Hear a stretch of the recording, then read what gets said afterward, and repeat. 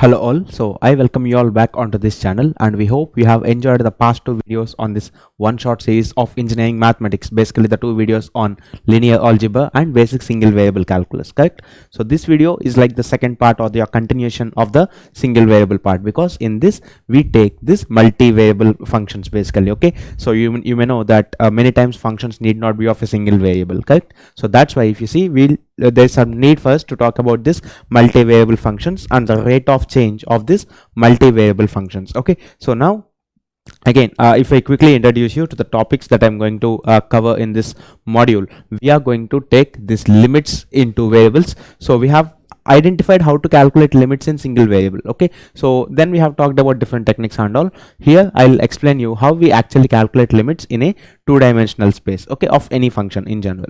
Then we'll go for partial differentiation, which some of you might have some preliminary idea, but in this we'll go to some advanced level and we talk about the differentiation of two variable functions, some theorems that are relating the partial derivatives, all these things, okay? And then once we are done with that, we'll go for the Taylor series of two variables, okay? Basically, we have seen Taylor series of single variable.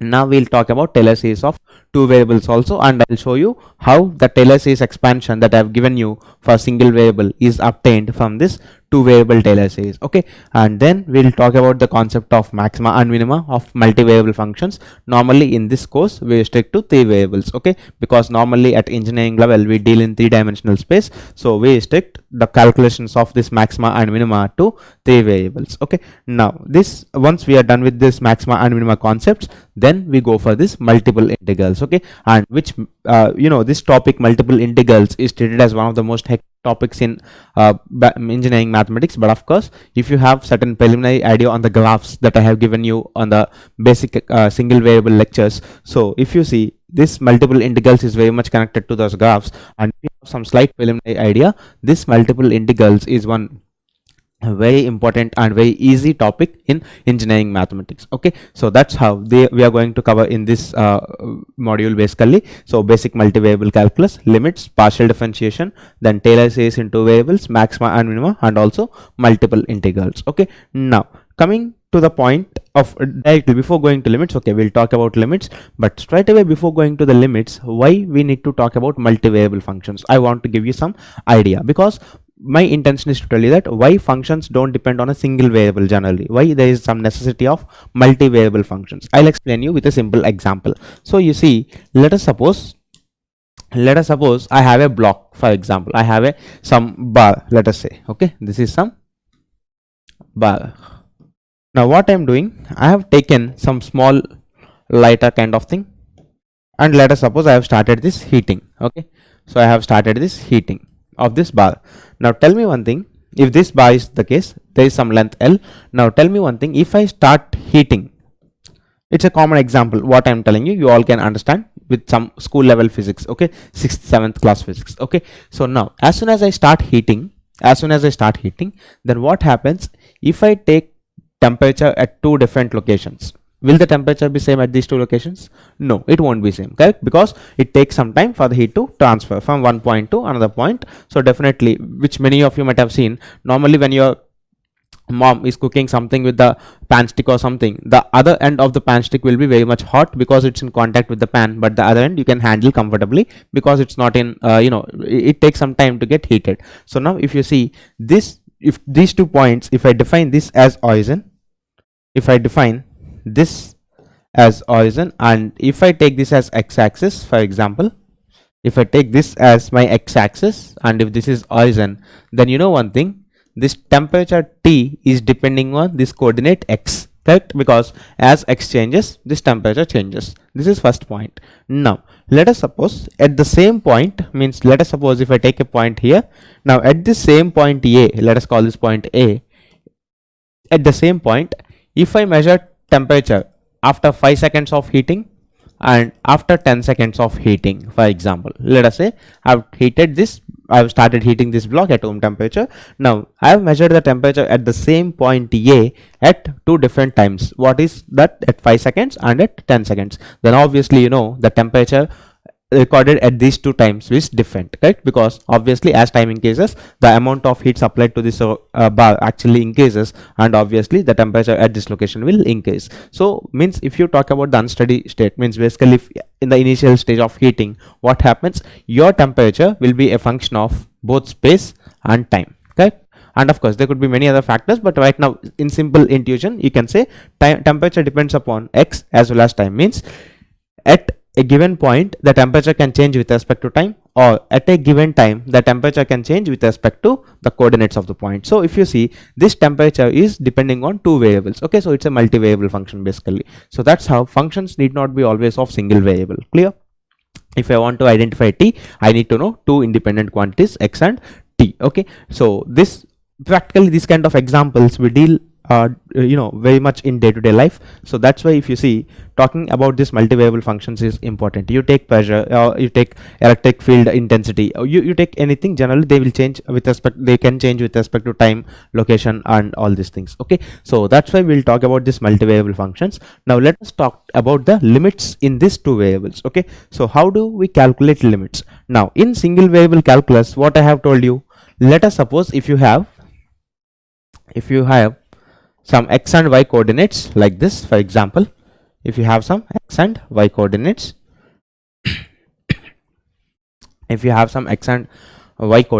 then I told you, let us suppose if this is your function, so let us suppose if this is your function, y is equal to f of x, for example, okay? Y is equal to f of x. Then what I have told you is, if you take a point x is equal to a, if you take a point x is equal to a here, somewhere here, then let us suppose if this value is L, then I told you, you will write limit x tends to a, f of x is equal to L if as x is tending towards a, means if x is in the left neighborhood or right neighborhood, then as x is tending to a, this f of x will move towards L. This is what I have told you, correct? Now in single variable calculus, so in single variable calculus, for x to tend towards a, you have two possible ways, correct? X can be in the left neighborhood and it can move towards a in the right direction, or x can be in the right side and it can move towards left to reach a. So basically for any variable x to tend towards a, there are two possible ways. So that's why what we do, we calculate left hand limit and right hand limit, and we assure these two are equal for this limit to exist, correct? This is what we have had some basic discussion in single variable calculus. Now in multivariable calculus, we actually plot functions in a 3D space, okay? So let us suppose if I write z is equal to some function of x comma y, or f is equal to some function of x comma y, anything basically. So if I take this point on 3D space, now tell me in 3D how you will plot this. If this is your x coordinate, similarly if this is your y coordinate, and let us suppose if this is your y coordinate, x, y, and let us suppose z coordinate is normal to this, okay, perpendicular to the plane of the board and passing to the point O, which is here, origin, okay? So let us suppose this is z, which I am writing here. Let me change the color. So let us suppose this is your z axis, okay? So this is your z axis. Actually z axis is something like this. Now if I want value of z at any point in a plane, then I need to specify two coordinates, x comma y, correct?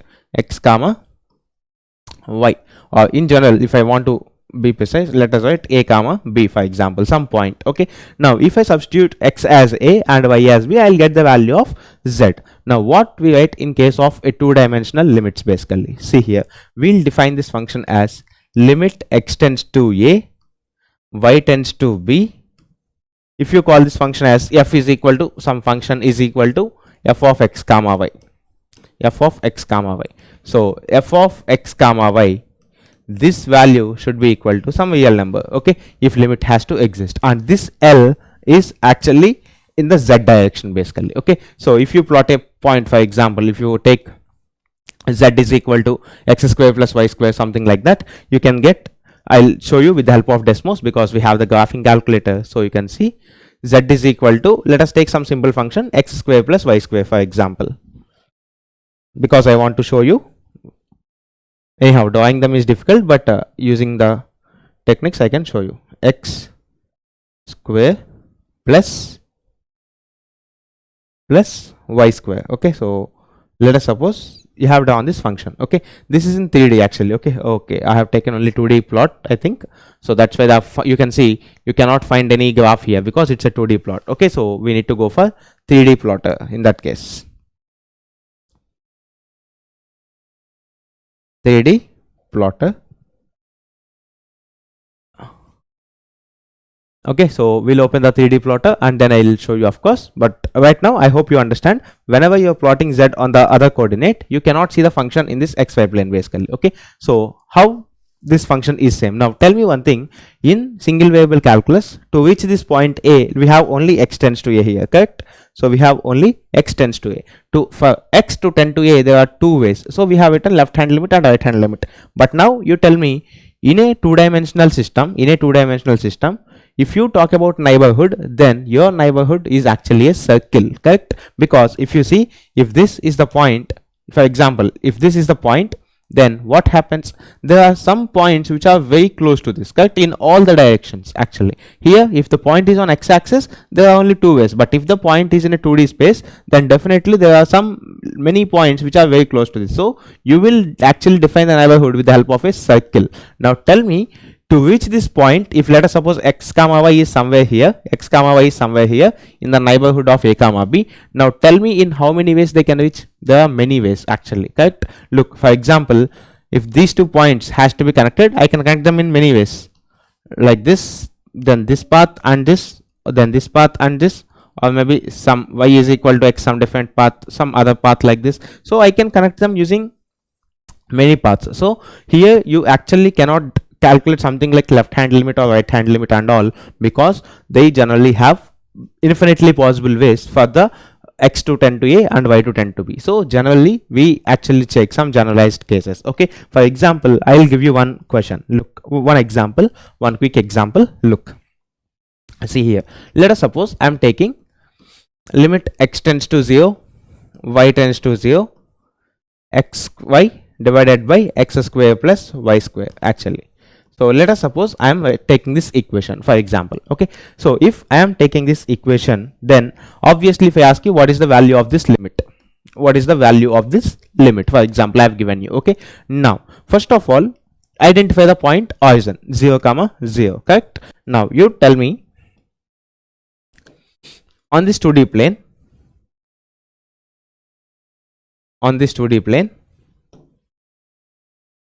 x, y, for example, if I take this is origin.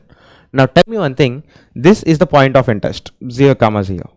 So let us suppose this point is x, y is in the neighborhood. So let us assume that it is somewhere here, for example. Okay, so if that point is somewhere here, now let me take 3 paths. Out of these 3, one is very generalized path. Look, this is the point x, y.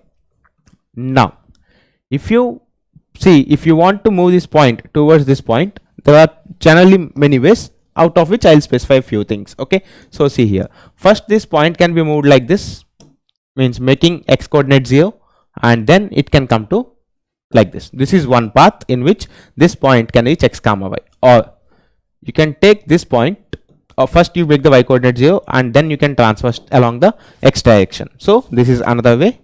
So if you see, these are 2 ways, and also you have the third way, the point can directly transverse along the equation y is equal to some mx depending upon the x, y values. Okay, so this equation is y is equal to mx. So let us try to calculate the limit in these 3 paths. Okay, so x, y is tending to 0, 0 along 3 different possible ways, out of which one is generalized. Okay, so now if you see first path, what I have taken is, you make the x coordinate 0 and then y to 0. So in this limit, what we'll do in first method, or in first path, if you see, limit, first you're making x coordinate to 0, so substitute x is equal to 0 in this equation. So limit y tends to 0, 0 times of y divided by 0 square plus y square. So this is equal to 0. Obviously 0 into something divided by y square, this value is 0. Now second path, in second path, what we have done, we made the y coordinate 0 first and then made x coordinate 0. So limit x tends to 0, because we have already made y 0, so let us substitute y is equal to 0, x into 0 by x square plus 0 square. Okay, so this value is also again 0 into something by x square, this is 0. So we feel that in both these paths the value is 0, so the value of this limit is also 0, but it need not be the case, because look, let us take the third path, generalized path. Limit x tends to 0, of course, because x comma y should tend to 0. But let us suppose y is coming to x along this equation, y is equal to mx. This is some straight line actually, okay, connecting the points x comma y and 0 comma 0 actually, okay. So depending upon the xy values, this y is equal to some mx because it is passing through the origin, and x is tending to 0. Now let us write the function xy divided by x square plus y square. So if you take this function, so this is equal to, now first if you substitute y is equal to mx in this equation, what comes out? Limit x tends to 0, x into y is nothing but mx, so divided by x square plus y square, and this y square I can write as mx whole square. Okay, so mx whole square. So if you simplify this, limit x tends to 0, m times of x square divided by, if you take x square common, you have 1 plus m square. So x square and x square gets cancelled. So if you see, the answer is m by 1 plus m square. Now tell me one thing, this limit, it is not 0, and forget about 0. Now if I take different values of m, means let us suppose if I take some point, let us suppose somewhere here in the neighborhood, okay, these two paths remain same, means first making the x coordinate to 0, then y to 0, you will get the same result. Making y 0 and x 0, you will get the same result. But connecting this point and this origin to a straight line gives you some different value of m as compared to this case. So which means it depends. In a neighborhood, if you take any particular point and if you tend towards 0 along different paths, you will get different answers because this m value is actually different. Clear? So I am repeating, normally in a 2D space, for a point in the neighborhood to tend to point a comma b, of course in this case I have taken 0 comma 0, here I have explained you, for a point in the neighborhood to tend to this location a comma b, there are many possible ways. So we actually need to calculate this limit in many possible ways, of course, okay. But at this BTech level and all, we have this normal standardized 0 values and all, a simple limits. Even for GATE exam, these questions were asked some very few times actually, so that's why I have given you this particular example. So if you see this question, for the point in the neighborhood of 0 comma 0 to touch origin, we have taken 3 different ways, out of which 2 ways are very much standardized ways, making the x coordinate 0 and y 0, or making y 0 first and then x 0, or then we have taken the generalized case, y tends to mx, means basically this point tends to 0 along the straight line, which is this path, and obviously x has to tend to 0 finally. Okay, so this we have substituted, we have got this expression, which means for different points in the neighborhood approaching in different ways, this value is actually different and this value is not equal to 0. So that's why we say this limit does not exist actually. Okay, so this limit actually it does not exist because of this reason, because if you see, for different points approaching in at different slopes, this value m by 1 plus m square gives different values. Okay, so that's why the value is not unique. So that's how we say this limit is actually not existing in this calculus. Okay, so similarly, if you take some other function, like for example, you can take some functions like limit x tends to 0, y tends to 0, x square minus y square by x square plus y square. Now if you take this point, again this curve, if I draw x, y and origin, for example origin, so if you take a point in the neighborhood x comma y, this x comma y should tend to 0 comma 0. So let us take 2 paths, this is one path and this is another, continuation. So this is one path. Similarly, let us suppose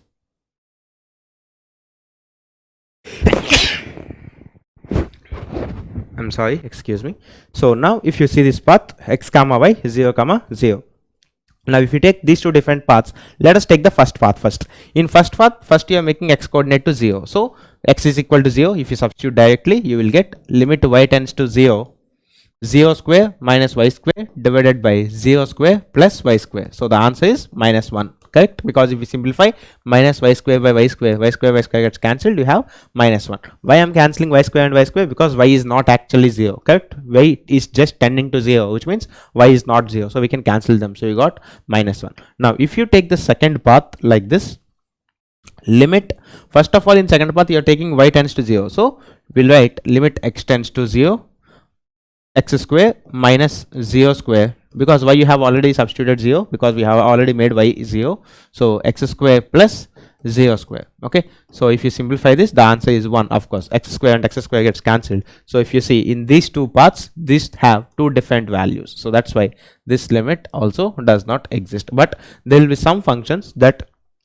first if you substitute x tends to 0, and then if you substitute y tends to 0 first, this will give you the same values, and also along any path they'll give you same values actually. So in such cases you can declare the limit is some particular value. But right now in this case, if you see, the limit is straight away not existing in these two cases. Okay, so that's how in general to calculate limits in, of course this is a two variable limits. So even if you want to calculate two variable limits, you need to check multiple paths, out of which generally one of the paths is given the most general path, y tends to mx. Okay, so it depends upon the point you are taking in the neighborhood, so that obviously the orientation of the point or the line connecting these 2 points will change definitely. Okay, so that's how we calculate the limits in two variables. Okay, now so once we have discussed limits, we have talked about continuity, correct, in single variable calculus. So in single variable calculus, I told you this limit value should be same as the functional value for the limit, for the function to be continuous at that point. So similarly, if you talk in two variables, let us see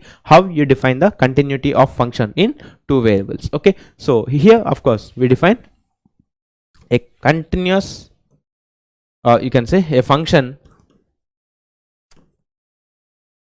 f is equal to f of x comma y is said to be continuous, is said to be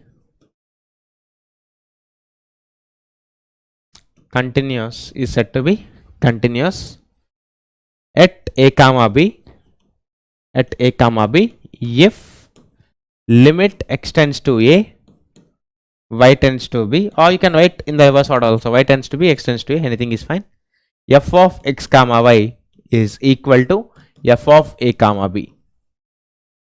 So basically in single variable calculus we have only limit x tends to a, f of x is equal to f of a, but here it's two variable calculus. So at that point we have just seen how to calculate the limits, and once you have calculated the limit, that limit value should be same as the functional value again. Okay, so let us suppose if I give you some function like, for example,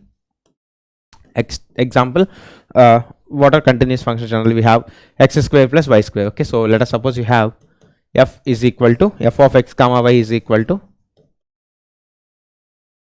x square plus y square. Okay, so x square plus y square. Now let us suppose if you take this point, this is a continuous function, because whatever you take x and y values, definitely this function keep on being continuous. Okay, you always generate some value of z actually here. So at one point if you want to calculate at 1 comma 2 if this function is continuous or not, we generally know this function is continuous, because whatever the values you take for x and y, definitely there is always a z value. It don't have any denominator, and it is a basically continuous, and of course a differentiable function also. So now if you see at 1 comma 2, how you will calculate the functional value? F of 1 comma 2 is equal to 1 square plus 2 square, which is 5, of course. Now if you want to calculate the limit, you write limit at 1 comma 2 is the point of interest. So limit x tends to 1, y tends to 2, f of x comma y, which is x square plus y square. Okay, so which is x square plus y square actually. Now if you substitute these values, first of all let us substitute. If you keep x is equal to 1 here, this changes to limit y tends to 2, 1 square plus y square. So if you substitute y is equal to 2, this is 1 square plus 2 square, which is 5. Similarly, if you substitute y tends to 2 first and then x tends to 1, obviously again you will also get the same result, which is 5. So obviously this limit has the value of 5 at this function at this point 1 comma 2, and this is also equal to the functional value. So that's how you'll get this. You'll tell that this function is a continuous function. And of course, if you see, basically this function don't have any disturbance with respect to the substitution of the points, so that's why this x square plus y square is always a continuous function. Okay, so I think this 3D calculator is at least ready by now. 3D calculator. Okay, so fine, if you type here z is equal to, okay fine, something is happening here, just a minute. Okay, this is planes. So if you see, we have the planes here. So we have 3 planes. Green, I mean, this is the horizontal plane and this is the vertical plane. So here if I type that z is equal to x square plus y square. So now if you see, this is how the graph of z is equal to x square plus y square is looking actually. Of course, in a 3D, if you see, you will get some curve like this, of course. So if you see, whatever the values you take in the horizontal plane, definitely there is some z coordinate that's getting. And this curve, this function don't have any breaking anyway. It's a surface, of course, because it's 3D. So practically drawing on board these 2D and 3D surfaces is difficult. So I have taken this advantage of graphing calculator, but this is how the graph of z is equal to x square plus y square looks like here. Okay, so if you see, we have only the values above this axis, correct? If you see, there is no graph below this. Means if you take the z axis, if you observe about the z axis, you don't have any graph below this, because if x and y are any values, then z is always positive, because x square is always positive, y square is also positive always. Okay, so that's why z can never be negative. So if you see, along this z axis, there is no graph below this, z is equal to 0. If you see in the horizontal planes and vertical planes, you can see all values, whatever you can plot, definitely you have a positive values. And this function is continuous, you don't have any breaking of the surface anyway. So if you see, it's a continuous neat surface. Okay, it's a clean surface with continuity all over. So that's how we can see that the graph is giving a value of 5 basically here. Okay, because practically we know this is a continuous function. Okay, now once we are up to this, then let us talk about something called partial differentiation. Why partial differentiation is very much important? Look, I'll tell you. Sorry. So why partial differentiation is important? Because differentiation basically tells you the change of quantity, correct? Let us suppose if I write dy by dx, for example, in single variables, that tells me when I change my x by some amount, what is the change in my y, correct? This is what it tells you. But even you come to multivariable functions, it's not easy for you to identify changes in all the directions simultaneously. Okay, so let us suppose if temperature is changing, pressure is changing, viscosity is changing, when all these things are changing simultaneously, or some other parameters are changing simultaneously, it's not easy for you to identify all the changes simultaneously. So for that reason, what we do, we will adapt some techniques, like we will differentiate function with respect to some partial terms actually. Okay, so now if you see this partial differentiation, how we actually do this, if f of x comma y is a continuous function, if f of x comma y is a continuous function, then the partial derivative of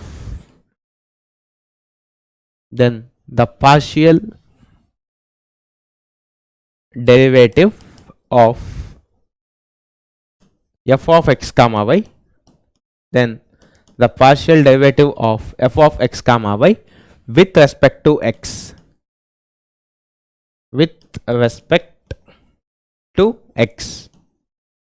is given by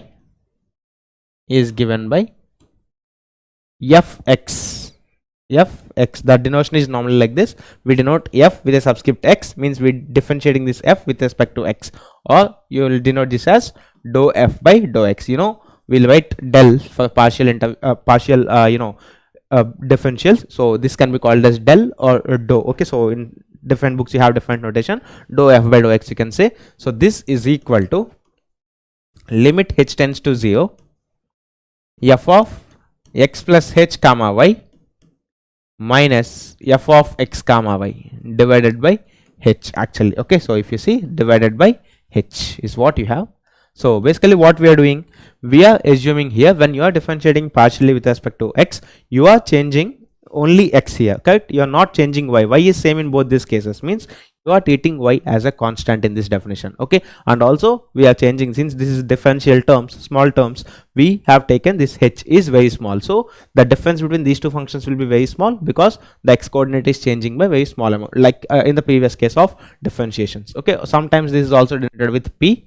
Okay, we'll see what is why we have denoted it with this, with the p in partial differential equations. Okay, so this fx is given by this expression dou f by dou x, which is equal to limit h tends to 0 f of x plus h comma y minus this value. But here we are assuming one thing, when you are differentiating with respect to x, you are treating y as constant. Okay, now similarly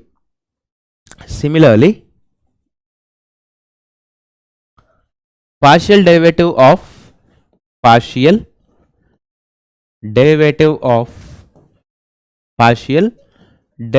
of f of x comma y with respect to y is given by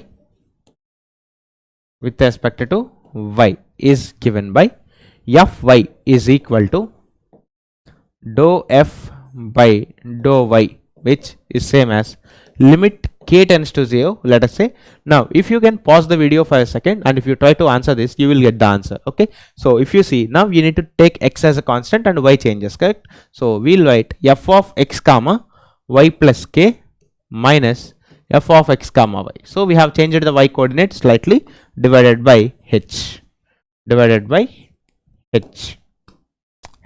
Okay, sorry, k, we have taken k here, so this is k. So this is also notated as q sometimes. Okay, so first partial differentiation of f with respect to x is taken as p, and second partial differentiation we generally the first partial again with respect to y is taken as q. Now if you talk about one point here, how we actually calculate the total change in f. Okay, we have identified partial change in f with respect to x like p, and we have also identified what is the partial change of f with respect to y. Now how we actually calculate the total change? Okay, because f is changing in x and also y directions. Now how we actually, if you change a point from one point to another point in a two-dimensional space, what or how we actually calculate the total change in f? So for that we have something called the chain rule of differentiation or total derivative. Okay, so if you see, let us write chain rule of differentiation.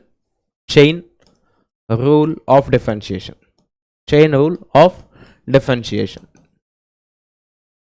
this is what, or it's also called as total derivative, chain rule of differentiation or total derivative. Normally when you talk about accelerations, all these things in fluid dynamics or fluid kinematics, you will get all these things.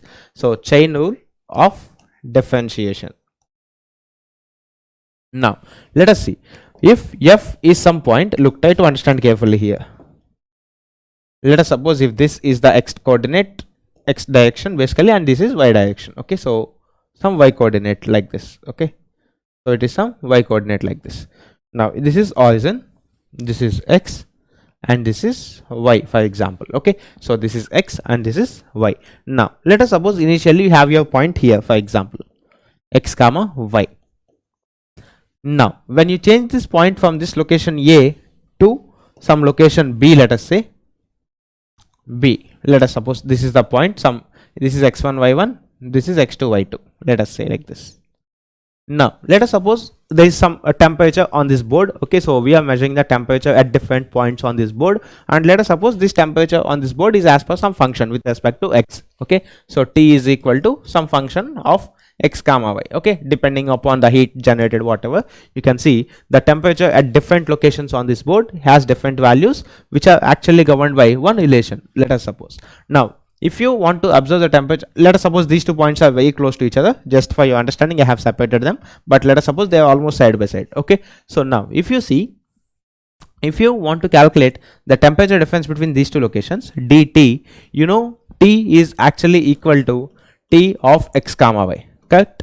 So if you want to calculate dt, means if you want to calculate change in temperature, what you will do is you will actually sum up all the changes. Okay, so you know dou t by dou x, this quantity if you take, this is nothing but you know the rate of change of t in the x direction. Okay, so whenever you are dividing this del t by del x, this is actually giving you the temperature change for 1 unit of change in x direction, correct?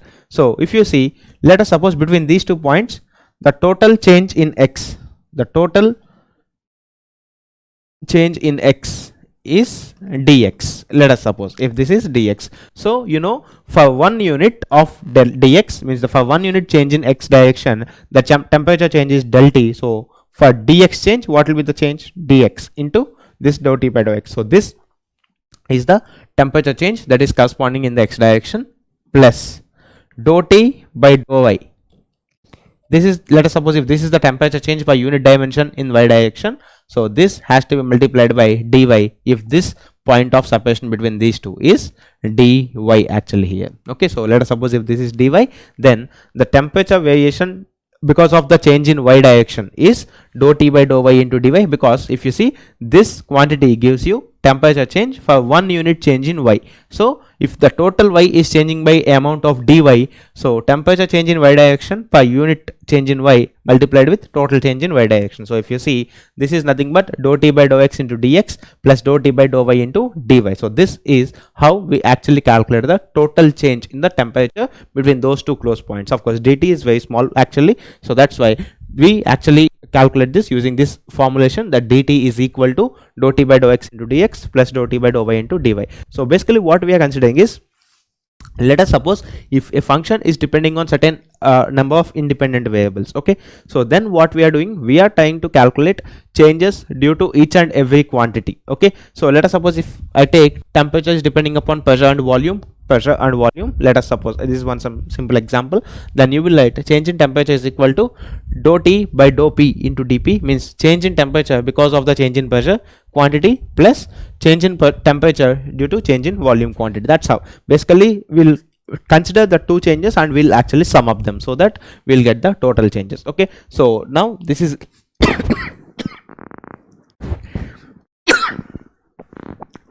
yeah, I'm sorry. So look here, so see here, so if you write this quantity, okay, chain rule of differentiation is mathematically this. Basically if you have a function, if you differentiate it, you will get this expression. But what this expression is physically telling you, this expression is telling you that we are actually considering the changes of this t as two different quantities, because it's on two variables, so as two different quantities, each belonging to change in a particular direction. So this is called chain rule of differentiation, and that's how we actually differentiate the functions. Now this dou t by dou x and dou t by dou y are calculated using these results. Okay, now I'll give you some quick examples on how to calculate partial differentiations. Okay, it's just like a review, but again it will help you out. Okay, so let us see, let us talk about some example. So example, if you take this example, look, for example, let us take one function straight away. Z is equal to x cube plus 3x square y minus 3xy square. Okay, let's take minus, okay, anything is fine, it need not be exactly the same thing. So plus y cube, let us say. Okay, normally if you want to write this as x minus y whole cube, you change the plus and minus signs, but right now let us suppose this is some function. Okay, example. Now if you want to calculate p, which is dou z by dou x, now how you will calculate this dou z by dou x quantity? You need to differentiate this function partially with respect to x, and you know when you are doing partial differentiation with respect to one variable, you treat all the other variables as constants, correct? That's what we have seen. Basically in two variables, when I am defining partial derivatives, what I have taken, when I am taking writing the definition for dou f by dou x, I didn't mention any changes in y. So like that, if I want to differentiate this function with respect to x, don't take any changes in y, which means y, treat y as a constant. Okay, now let us differentiate that. So differentiation of 3x square, x cube is actually 3x square plus, now out of this term, this 3 is a constant, y also you are treating as constant, so 3y is a constant into differentiation of this x square, 2x minus this 3 is a constant, y square is also constant, so 3y square into differentiation of this x with respect to x is 1 plus, Now y is a constant. If y is a constant, y cube is also constant. So differentiation of a constant is 0. Okay, so that's how you'll get p is equal to dou z by dou x, which is of course equal to 3x square plus 6xy minus 3y square. This is what you have here. Okay, similarly if you calculate q is equal to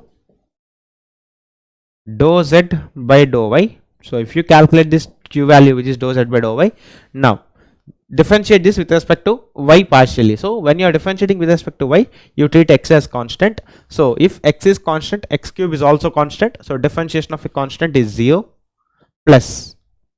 Now what are the constants in this term?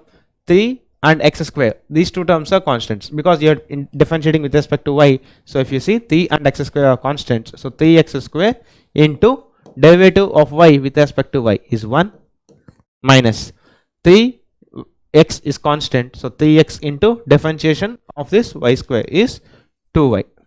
So this is 2y and differentiation of y cube is 3y square. Okay, so if you see, if you simplify the result, q is equal to 3x square minus 6xy plus 3y square. Okay, so this is 3y square actually here. Okay, so this is how you calculate p and q, basically differentiation, which is known to you, but again to some of, if still some of you face difficulty, this is how you do that differentiation in a step by step way. This is how you calculate dou f by dou x and you can say dou z by dou x and dou z by dou y here. Okay, here I want you explain you one point actually. Okay, fine, I want to explain you one point here. Look, try to understand carefully here. If you calculate dou square z by dou x dou y, what is the meaning of this? Dou by dou x of dou z by dou y actually. So this will be same as dou by dou y of dou z by dou x for any function in general. Means in case of partial differentiation, the order of differentiation doesn't matter. Means if you take a two variable function, initially if you differentiate with respect to x and then with respect to y partially, or if you differentiate with respect to y first and then with respect to x later, the result remains same. I will show you with the help of some simple calculations. Now first consider dou by dou z, dou by dou x of dou z by dou y. So if you calculate this result, this is partial differentiation of dou z by dou y. What is this function dou z by dou y? 3x square minus 6xy plus 3y square. Okay, so if you simplify this, what will you get? Dou by dou x of 3x square. This is completely function of x. So differentiation of this with respect to x is 6x. Minus, now when you are differentiating with respect to x partially, 6 and y are constants. Differentiation of x with respect to x is 1. When you are differentiating with respect to x, this total term is a constant, so plus 0, which is 6x minus 6y. So this is nothing but you have differentiated this function with respect to y first and you have differentiated with respect to x next, correct? So this is dou square z by dou x dou y. Now let us consider dou square z by dou y dou x. So what is the meaning of this? Dou by dou y of dou z by dou x. Okay, so what is the expression for dou z by dou x? 3x square plus 6xy minus 3y square. Okay, so if you take out this, then differentiating this partially gives you, this is a constant, so 0 plus differentiation of 6xy is, 6x is a constant now, differentiation of this y with respect to y is 1 minus this 3y square is also function of y completely. So if you differentiate with respect to y, you will get 6y. So total 6x minus 6y. And if you see, these two results are actually same, 6x minus 6y and 6x minus 6y. Means in case of a partial differentiation, if you differentiate with respect to x first and with respect to y, or with respect to y first and then with respect to x, the result remains same actually. Clear? So this is one very say important point that is to be observed here. Clear? So that's how we have this result. Okay, and normally this is denoted with the value called s. Okay, anything dou square z by dou x dou y, or the swapping of these two, dou by dou x, doesn't matter. We generally call this SPQ, and that is S actually here. Okay, so this is basically some knowledge of partial derivatives actually. Now we talk about one very important theorem which is called the Euler's theorem. Okay, so or you may call that Euler's in your some knowledge pronunciations, but we call that Euler's. Okay, so Euler's theorem. So let us see what does this Euler's theorem talk about. Look, let us suppose if I have this function, for example. Okay, so I had this function z is equal to x cube plus 3x square y minus 3xy square plus y cube. Okay, so let us see here, x cube minus 3x square y plus 3xy square minus y cube. Correct, this is the function I have taken. Plus plus minus plus, so plus. Okay, I have taken plus here and I have taken minus here. Why I am taking the same example, I'll tell you. Okay, so x cube plus 3x square y, x cube plus 3x square y, and then we have minus 3xy square plus y cube. Okay, so let us suppose this is the z value. Now if I ask you what is the sum of x into dou z by dou x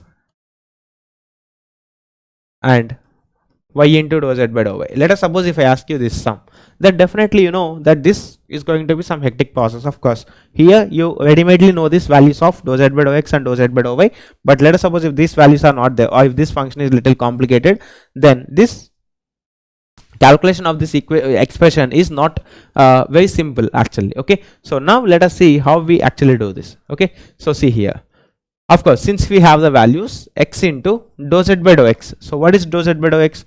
3x square plus 6xy minus 3y square, 3x square plus 6xy minus 3y square multiplied with y times of dou z by dou y. So what is dou z by dou y? 3x square minus 6xy, 3x square minus 6xy plus 3y square. Correct, this is what we have, plus 3y square. Now if you simplify this result, let us see what we get. 3x cube plus this is 6x square y minus 3xy square plus 3x square y minus 6xy square plus 3 times of y cube. This is what you get if you slightly simplify this.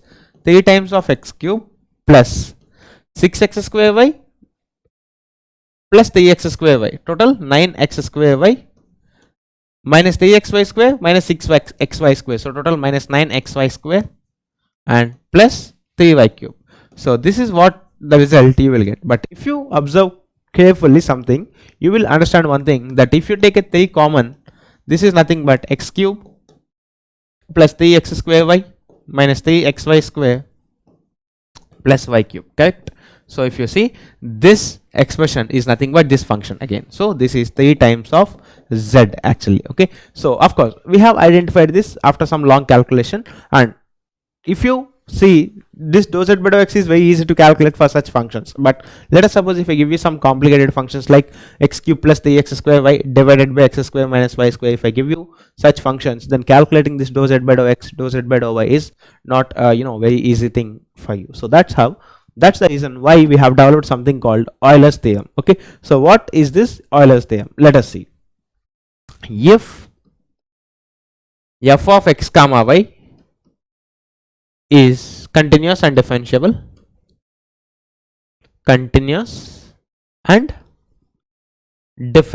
for example, let us say, okay, so this is continuous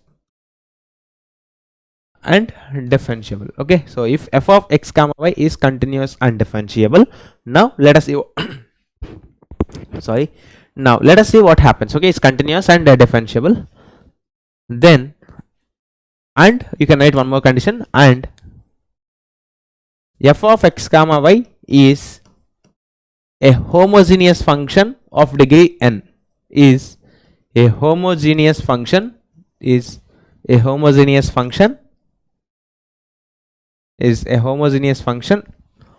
degree n,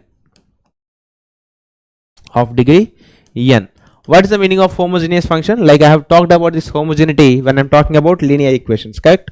So what is homogeneous? Homogeneous means having equal kind of nature. So if you see the expression or this function being homogeneous is, if let us suppose if this function has 4 terms, for example like this, every term should be of same degree. Okay, for example if you take this is third degree term, this is also third degree term, because if this you see degree of this x is 2 and degree of this y is 1 actually, so total 2 plus 1 it is 3. Similarly if you take 1 here, 1 plus 2 it is 3, and also we have 3 here. So that's how if you see we have every term of third degree. Okay, so which means if you want to call a function as a homogeneous function, you should have every term in that function of same degree. Okay, it can be anything, 3, 4, 5, anything, whatever, but every term should have the same degree. So that function is called homogeneous function actually. Okay, so if this is a function of degree n, then first point x into dou f by dou x plus y into dou f by dou y, this value will be always equal to n times of f. Okay, so if you see this is n times of f of x comma y, you can write f of x comma y.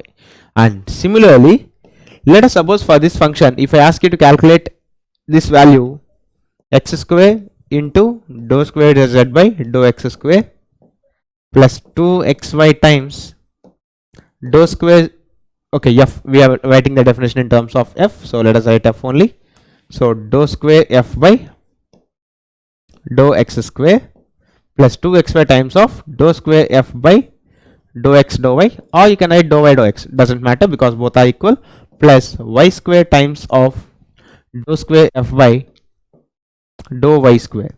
If you take this value, this is n into n minus 1 times of f of x comma y actually here. Okay, so this is how we get the result, and as a consequence you have seen this is a third degree function. Basically it's a homogeneous function because every term, 4 terms total, every term is of third degree. So if you see degree is 3, so from Euler's theorem you should know that as per the first point what I have written, x into dou f by dou x plus y into dou f by dou y, this is definitely equal to the degree times that function. So if you see, if you know this theorem, you will directly know that this is going to be 3 times of this function z, which is the same thing that you got here after doing certain calculation. Okay, so that's how this result is actually one very important result, of course. So now if you see, let us talk about one more understanding here. So sometimes the functions can be something different. Like for example, let us suppose if I have the function z is equal to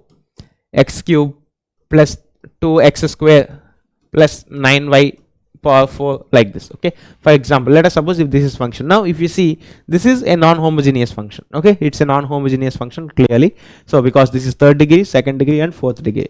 But individually if you see, I can treat this as sum of 3 functions, 1, 2 and 3, correct? I can write this z as sum of 3 functions actually. Now if I write this z as sum of 3 functions, now every function itself is a homogeneous function actually. Okay, so anyhow, let me define what is this homogeneous function also, you will get some idea. A function f of x comma y is said to be a homogeneous function, is said to be a homogeneous function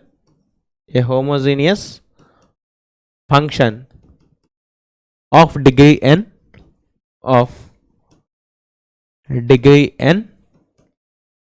if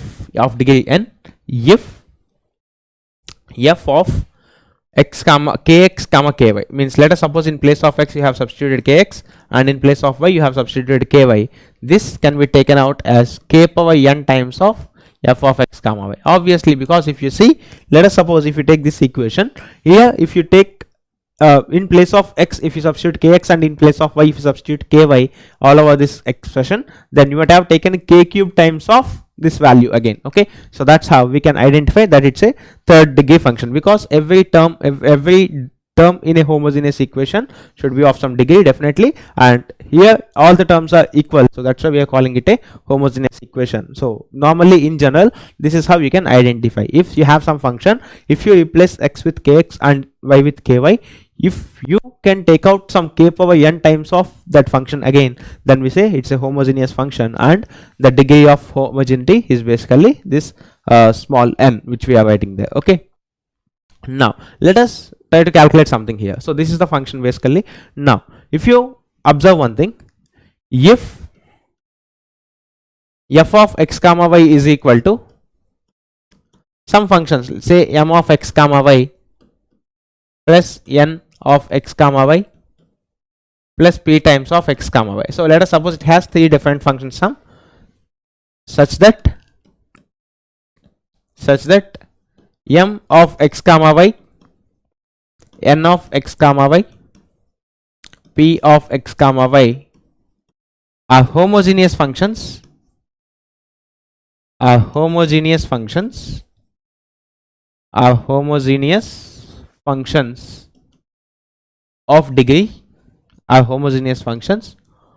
of degree,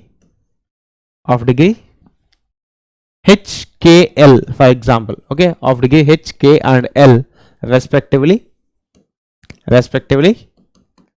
For example, means if you take this, in this example what I have given you, okay, I think I have arranged it.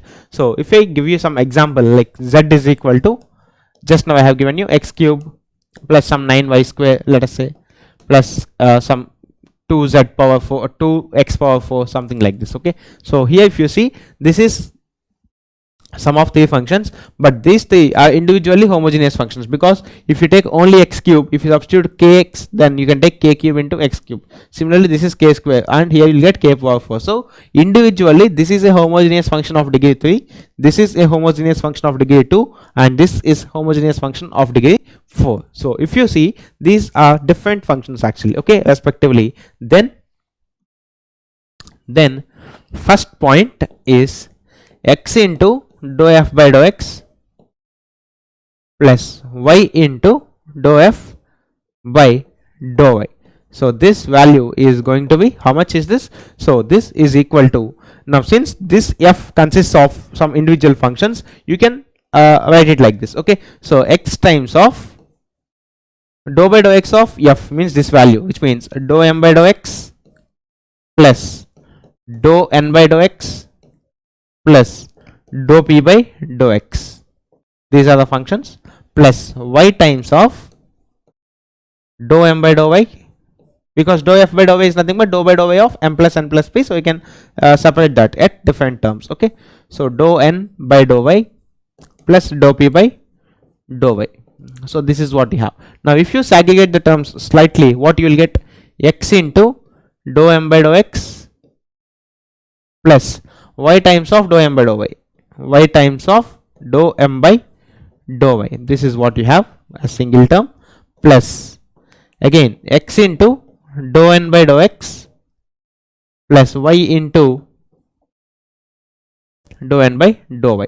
This is one term, plus x into dou p by dou x plus y into dou p by dou y. So this is what you have. Now tell me one thing, you know individually that this is a homogeneous function of degree k, I mean h, this n is a homogeneous function of degree k, and this p is a homogeneous function of degree l.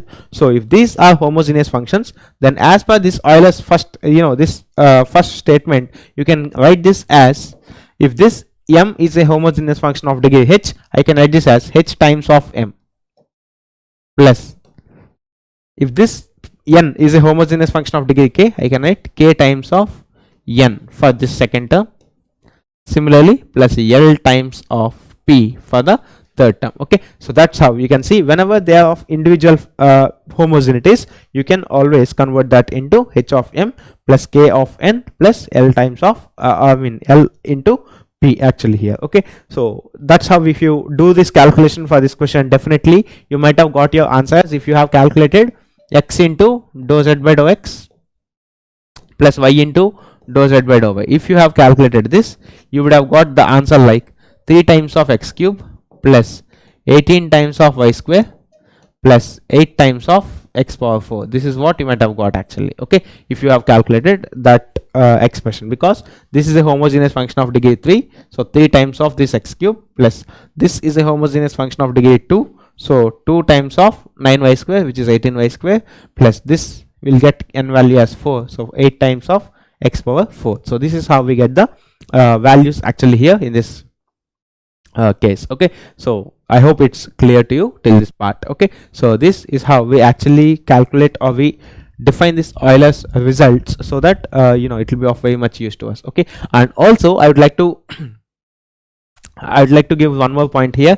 This is the first statement. So similarly like this, if you go here, can you guess what comes here? Okay, so here you have the second statement like this. So let us suppose whenever this f is summation of 3 parts, if I calculate x square into dou square f by dou x square plus 2x square times of dou square f by dou x dou y plus you know, y square times of dou square f by dou y square, if I calculate this, what will I get? Similarly I'll get h into h minus 1 times of m plus k into k minus 1 times of n plus l into l minus 1 times of p. This is what I might have got if I have calculated this actually. Okay, so if you want, you can work out with an example. So see here, we can work out with an example actually. So look, for example, the same example we can take z is equal to, let me draw one statement here, a line here, so that we can work out few things. Okay, so now if you see, z is equal to this function x cube plus 9y square, x cube plus 9y square plus 2x power 4. So these are homogeneous functions of degree 3, 2 and 4. Now if you calculate this result, x into dou z by dou x plus y into dou z by dou y actually. Okay, so now if you see this this function basically, now if you calculate this result, you know, you will get the answer definitely, which is equal to 3 times of x cube plus 18 times of y square plus 8 times of x power 4. This is what we have got here. Okay, now let us suppose if you calculate this result, x square into dou square z by dou x square plus 2xy times of dou square z by dou x dou y plus y square times of dou square z by dou y square.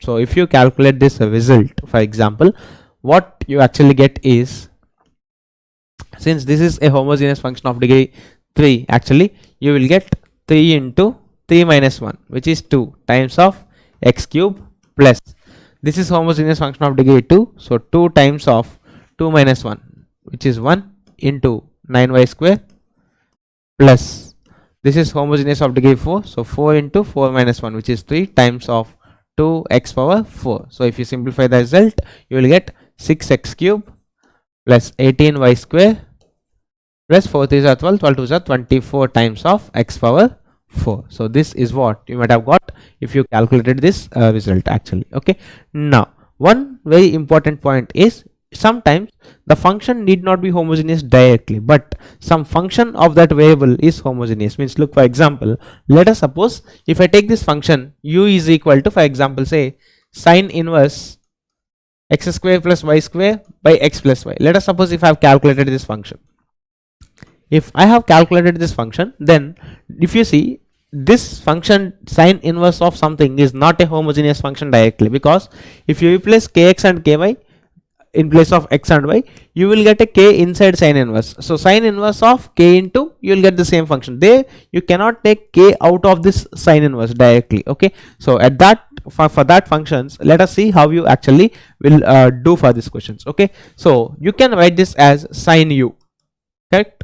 So sine u is going to be x square plus y square divided by x plus y.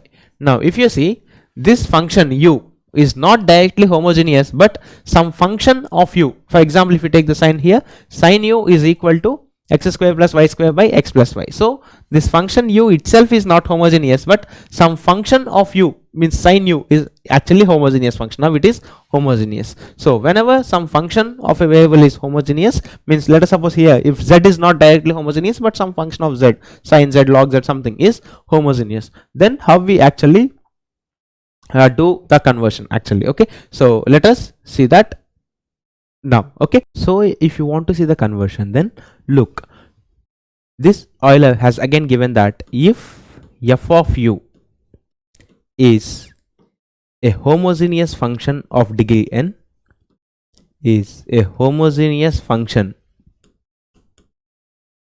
of degree n, then first point you can see x into dou f by or dou u by dou x, let us say x into dou u by dou x plus y into dou u by dou y is equal to n times of f of u divided by f dash of u actually. Okay, so this result is very simple to analyze, because if you see, if f of u is a homogeneous function, for example if this is a homogeneous function, then what happens if you calculate this x into dou f of u by dou x plus y into dou of f of u by dou y. If you calculate this result, for example, what you will get x into, first of all, here you will get differentiation of this f is f dash of u into differentiation of this inner variable which is dou u by dou x. This is what you will get. Similarly, here also you will get y into f dash of u into dou u by dou y. This is what you will get. Okay, so this gives you f dash of u times x into dou u by dou x plus y into dou u by dou y is what you will get here. But if you see, if this f of u is homogeneous, this x into dou f of u by dou x plus y into dou f of u by dou y is equal to n times of f of u. So this value is actually equal to n times of f of u. So if you want this value, this is nothing but n times of f of u by f dash of u. So this is how we have this result actually. Okay, so anyhow, just this I have given you for your understanding, but it's very intuitive that we'll get a f dash of u in the down in the denominator. So here if you see, this is generally designated as capital F of u because this is going to be some function of u. So if you calculate this second part, means x square into dou square u by dou x square plus 2xy times of dou square u by dou x dou y plus y square times of dou square u by dou y square. If you calculate these values, then this is going to be something like capital F of u times f dash of u minus 1. This is the result that you're going to get. Okay, so let us suppose if sin u is the function, if I want to calculate x into dou u by dou x plus y into dou u by dou y for this particular combination, calculating dou u by dou x is very complicated for this, correct? 1 by root of 1 minus this complete bracket square into again partial differentiations and all, it will be very clumsy. But if you know this Euler's equation, for this result, x into dou u by dou x plus y into dou u by dou y, this value is equal to, this is a homogeneous function of degree 1, so 1 times of f of u. So what is f of u? This function which is sin u divided by f dash of u. So differentiation of this sin u is cos u. So total tan u is what you will get. Okay, so if you form a triangle with this as the hypotenuse and this as the opposite side, so from that triangle, if you calculate what is tan theta or tan u, that value in terms of x and y is going to be the answer for this result actually here. Okay, so these are very important observations of this Euler's theorem. So basically 3 points I have given you here. If you understand that this function is a homogeneous function directly straight away like that, then x into dou f by dou x plus y into dou f by dou y gives you n times of that function. Similarly, if you calculate x square times of dou square f by dou x square plus 2xy times of dou square f by dou x dou y plus y square times of dou square f by dou y square, this value is n into 1, n minus 1 comes here. Now let us suppose if this s is summation of 3 functions, maybe more, such that they all are homogeneous functions of individual degrees, then you can write this x into dou f by dou x plus y into dou f by dou y combination as h into m plus k into n plus l into p. Similarly, if I ask you x square dou square f by dou x square, all these things, you can write h into h minus 1 times of m plus k into k minus 1 times of n, because here you see this is something similar to this. Okay, so something similar to this expression. So h into h minus 1 times of m plus k into k minus 1 times of n plus l into l minus 1 times of p. This is how you can get this result actually. Okay, and finally we have also seen sometimes the function of u the function u of x comma y directly is not homogeneous, but some function of u is actually homogeneous, like this in this case. Okay, so for that functions we have defined like this. Please make a note, I have defined this complete combination n times of f of u by capital F, I mean small f dash of u. I have written this as capital F of u and I have used this capital F of u here. It's not small f here. Okay, so please make a note, because sometimes it's quite a possible mistake that you substitute again small f here and get your answers wrong. Okay, so that's why it's very cautious to keep a capital F here always. Okay, so this is how we actually calculate the partial differentiations, and of course some combinations of these partial derivatives like x into dou e by dou x plus y into dou e by dou y, or this particular combination of partial terms actually. So if you see, these are all certain ways how you do the partial derivatives and also some partial relations. Now moving to this concept, so once we identify how to calculate the partial derivatives and of course things, then we move on to this concept of maxima and minima in multivariables. Okay, so right now we talk about three variable functions. Okay, so let us see the working procedure and also let us work out some examples for the better understanding. Okay, so if you see, if you quickly go to the things that what we have talked about, we talked about this limits in two variables and also partial differentiation. Okay, so meanwhile we have this Taylor series in two variables also. Okay, so let us talk about the Taylor series also for some time. Okay, first fine, let us talk about the concept of maxima and minima, then we'll go for the concept of this Taylor series. Okay, so anyhow Taylor series is some independent topic, so let us deal that after the concept of maxima and minima. So now if you see, in single variable calculus we have observed from Rolle's theorem that whenever you have a maximum or whenever you have a minimum, definitely the slope at that points of maxima and minima are zeros. Means basically if you draw a tangent to any curve at which it has a maximum, or if you draw a tangent to any curve at which it has minimum, the tangents are actually parallel to the x-axis. Okay, now if you see, I've told you one very important point there. At points of maxima or minima, you have your differentiation equal to 0. This is 100% true and clear.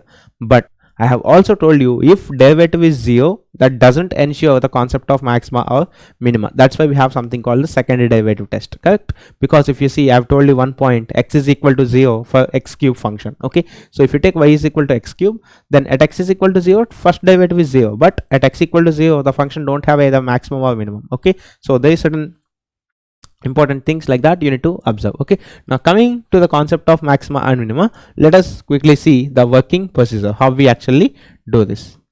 Look, let z is equal to z, or you can write f, because generally you are familiar in f sometimes. Okay, so anything, any variable. So let f is equal to f of x y z, or x y, let us take two variable function. So let f is equal to f of x comma y is a continuous and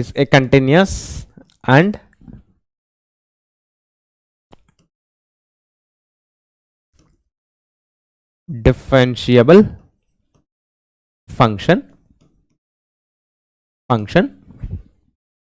Then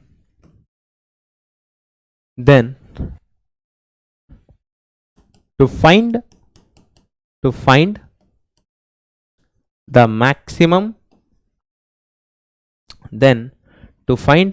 the maximum, or minimum of f of x comma y, Now let us see the steps. First step,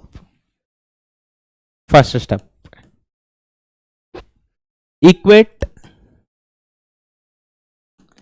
p, which is dou f by dou x, is equal to 0 and q is equal to dou f by dou y is also is equal to 0. Okay, so p is equal to dou f by dou x equal to 0 and q is equal to dou f by dou y is also equal to 0, and get stationary points.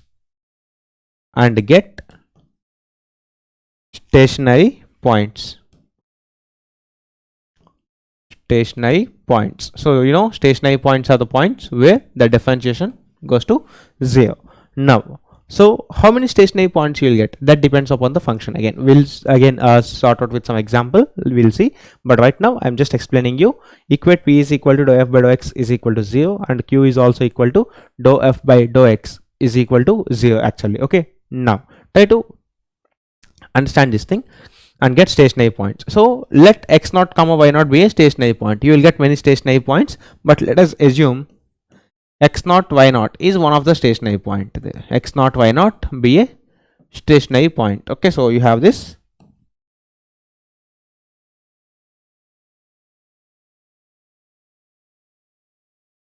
stationary point. Okay, so how many stationary points you get, that depends upon the function. We'll see some examples right now, and this is a stationary point. Now once you identify the stationary point, then step 2,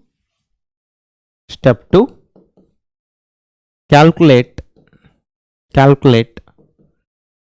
dou square f by dou x square at x0, y0, at the point x0, y0, comma dou square f by dou x, dou y, or you can write dou y, dou x also, doesn't matter. This also you will calculate at x0, y0, then dou square f by dou y square. This also we can calculate at x0, y0. So let us suppose these three are the values we are calculating, and let us equate them. For example, this value, let us say this is r, this is s, and this is t, for example. Okay, so this is r, this is s, and this is t, because we have already taken pq. So pq, r, s, t, that's it. Okay, so r is the first differentiation, second derivative of f with respect to x. S is the combined differentiation, dou square f by dou x, dou y, or dou y, dou x, and t is dou square f by dou y square actually here. Now if you see some observations, case 1, if rt minus s square is greater than 0 and r greater than 0, means at stationary point, using this r, s, t values, if you calculate rt minus s square, and if you get a positive value, and let us suppose if r is also positive value, then f of x comma y has minimum at x0, y0, at x0, y0 actually. Okay, so if rt minus s square greater than 0 and r greater than 0, then f of x comma y has minimum at x0, y0. Now try to understand this. And the minimum value is how much? And the minimum value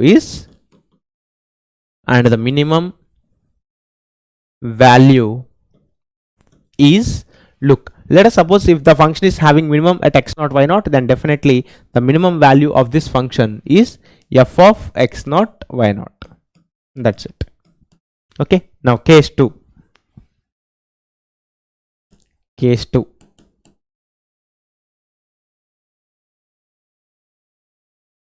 If rt minus s square is less than 0, means now this is again greater than 0. If rt minus s square is greater than 0, okay, so and r is less than 0. Look, this can happen. How it can happen? Because here r is less than 0, t is also less than 0, then there could be some s value such that rt minus s square is actually greater than 0. Okay, if r is greater than 0, t is also greater than 0, and s square is less than this, then this is some different combination.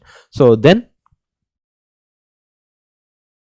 f of x comma y has maximum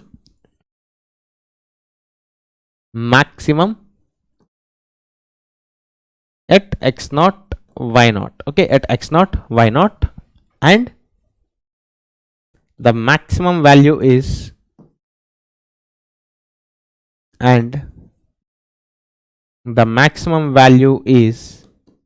f of x0 comma y0. Okay, so this is f of x0 comma y0. So now we have a case 3 as well.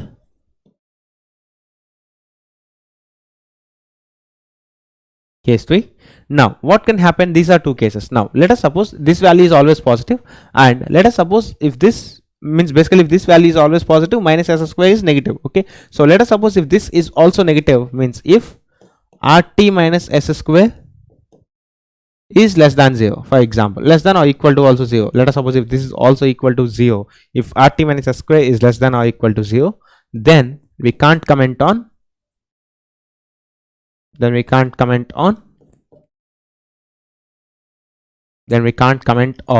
existence of maxima and minima. Like in the last case, we can't comment on the existence of maxima and minima. Okay, so maxima and minima. And in case of single variable calculus, whenever we got such points, means though those stationary points at which we don't have any maxima or minima, or we cannot comment about it, we call those points as points of inflection. Okay, now here in such case, we call such points are called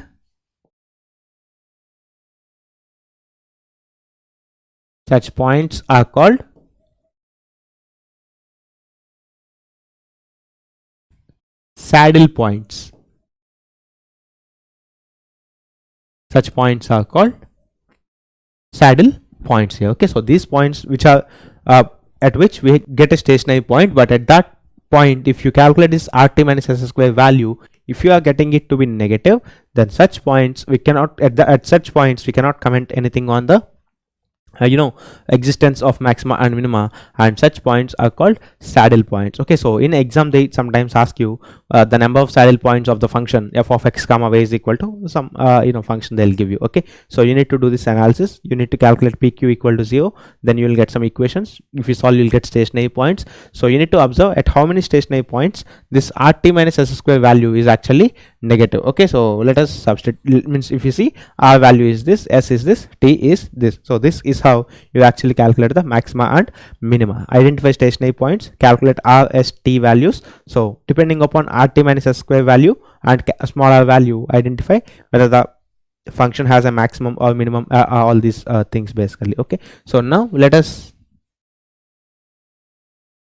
see one example. Okay, I'll ask a question, so let us try to solve that. The shortest distance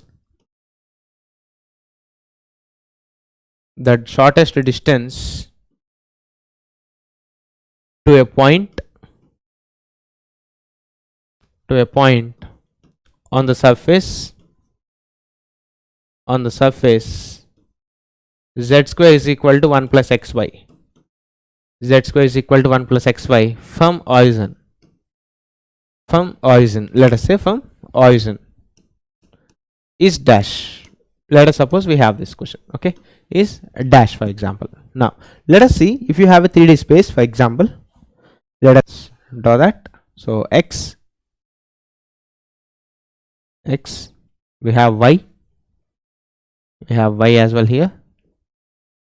Okay, so this is origin. Fine, let us write the origin somewhere here. Origin x, y, and let us suppose you have the third dimension, for example say z like this. Okay, so this is z axis.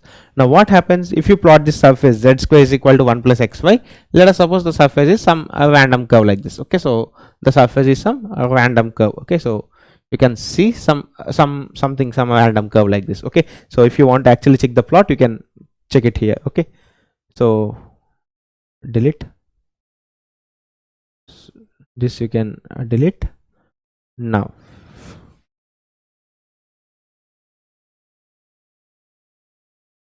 just a minute, delete. Okay, so you have the coordinate system. Now let us see the z square is equal to 1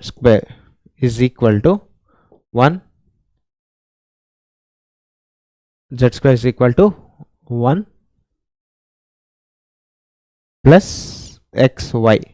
Okay, so 1 plus xy, z square is equal to 1 plus xy. So if you see, there is some complicated curve like this. Okay, so there is some certain complicated curve, some donut kind of shape is what you have, and of course it's a complicated curve basically. Okay, so now they are asking you, you see there is certain distance and all. Now if they ask you what is the shortest distance of the curve, this is the curve z square is equal to 1 plus xy, for example. Z square is equal to 1 plus xy. So definitely there could be definitely one point at which this point, for example say this point x comma y comma z on 3D space is actually very close to the origin. For example, let us suppose this is the shortest distance between this curve and the origin. Now, how do you actually calculate this distance? Look, this point is origin. This point is origin. So tell me one thing, if d has to be small or if d has to be minimum, then d square is also minimum, correct? So if you see, if d is minimum, if d is minimum, if d is minimum, then definitely d square is also minimum. D square is also minimum. Correct? D square is also minimum. Now, what is d square value? D square is equal to, look, d is nothing but the distance between these 2 points, and you know, in 3D the distance between 3 points is square root of x2 minus x1 whole square plus y2 minus y1 whole square plus z2 minus z1 whole square. But here we are considering d square. This value is nothing but x square plus y square plus z square. Okay, so now if you see, this point xyz is on this surface, means if there is something about z, I can replace this z square value at any point on this curve with this equation, correct? So if you see, this equation is nothing but x square plus y square plus 1 plus xy. How I am writing this 1 plus xy? Because this point xyz is on this surface, z square is equal to 1 plus xy. Okay, so if z square is equal to 1 plus xy, then since this point is on that curve, we can write x square plus y square plus 1 plus xy. Now you want the minimum value of this actually. Okay, so let us calculate what is the minimum value of this function. For example, now if you calculate the minimum value, you have a function f of x comma y is equal to some function. So you want to calculate the minimum. How you will do this? Okay, so first step, you can see, let us go by step procedure. So first step, equate p and q is equal to 0. So what is p? Basically, p is equal to dou f by dou x, let us say. So what is dou f by dou x on this equation? 2x plus differentiation of y square with respect to x, 0, 1 is constant, 0 plus xy. So differentiation of xy with respect to x is y. So this term is equal to 0. So this is one equation. And what about q?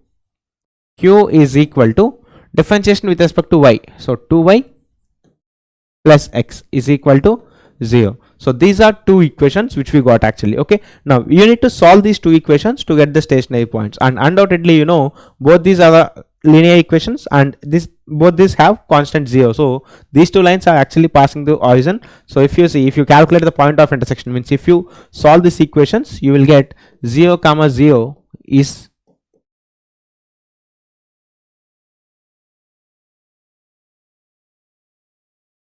stationary point. Okay, so because if you see, these two are the straight lines which are passing through origin. So if these two are the straight lines passing through origin, then yes, definitely you know, if you solve this equation also, you will get 0 comma 0 is the stationary point. Okay, so now let us calculate our second step, dou square f by dou x square. So what is dou square f by dou x square? If you differentiate this partially with respect to x, again you will get 2. Okay, so here one thing that is required, r is greater than 0. Good. Now let us calculate the s value. S is dou square f by dou x dou y.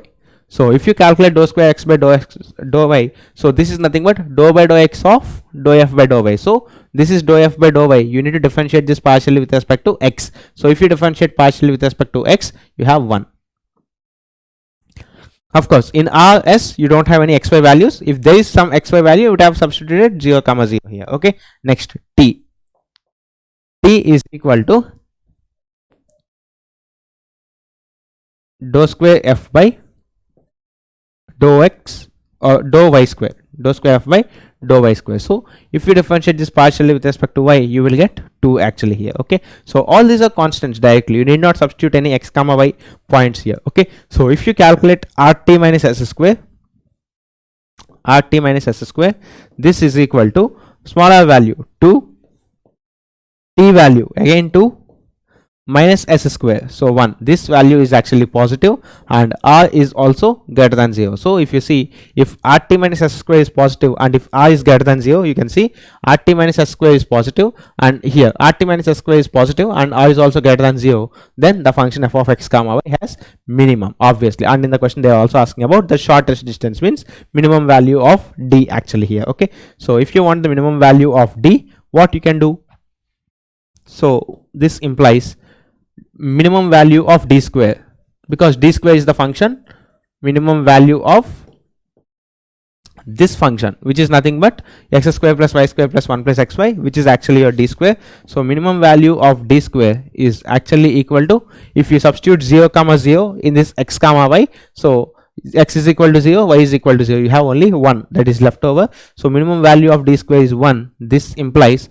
d minimum is also 1, because square root of 1 is 1. This is a distance, it cannot be negative, so we'll take only plus 1. Okay, so if you can understand, we actually applied the concept of maxima and minima of two variables here, and we have deduced this. Okay, so the shortest distance to a point on the surface z square is equal to 1 plus xy from origin is dash. This is what you actually got here. Okay, and yes, so this is how we have calculated this. First step, we have calculated p and q. We have calculated dou f by dou x, dou f by dou y, equated them to zeros, then we got certain result. Though, so if you solve these two equations, you will get the point as 0 comma 0.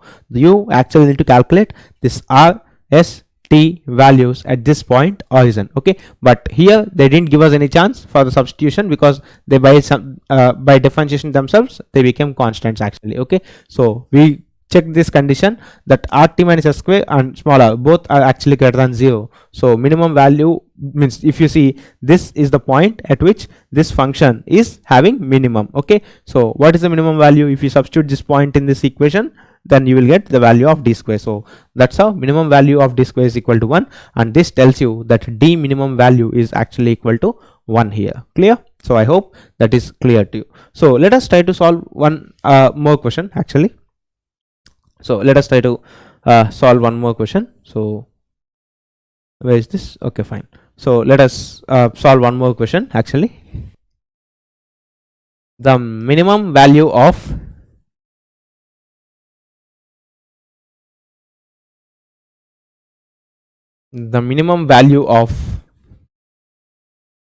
x square plus y square minus 4x plus 8y plus 4.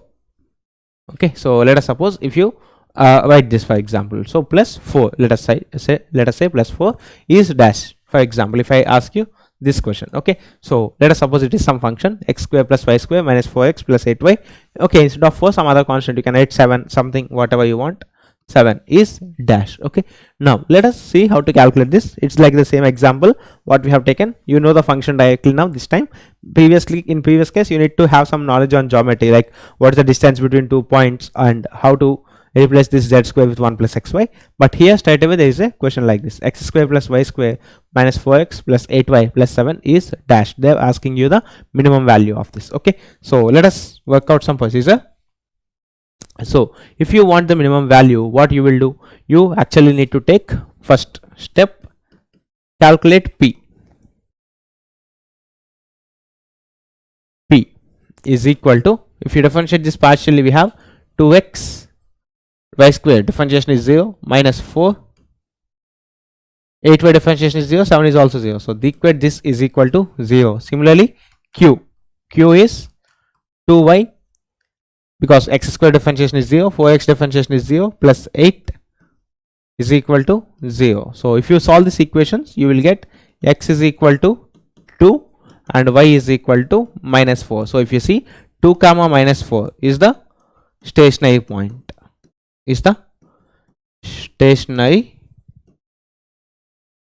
stationary point. Okay, so this is stationary point. Okay, so if this is your stationary point, now second step, calculate r value. So calculating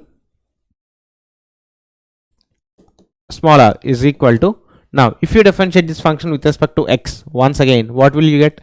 You will get 2 directly. Okay, and there is no need of substitution of any point here. So s is equal to dou by dou x of this value. Okay, so if you calculate dou by dou x of this value, you'll get 0 directly. T is equal to dou by dou y of this value, which is 2. So directly you got the values again. So if you calculate RT minus S square, this is equal to RT minus S square, which is 4, which is positive, and R is also positive actually. So this means at this point 2 comma 4, this function has a minimum value. That's what we are asking actually.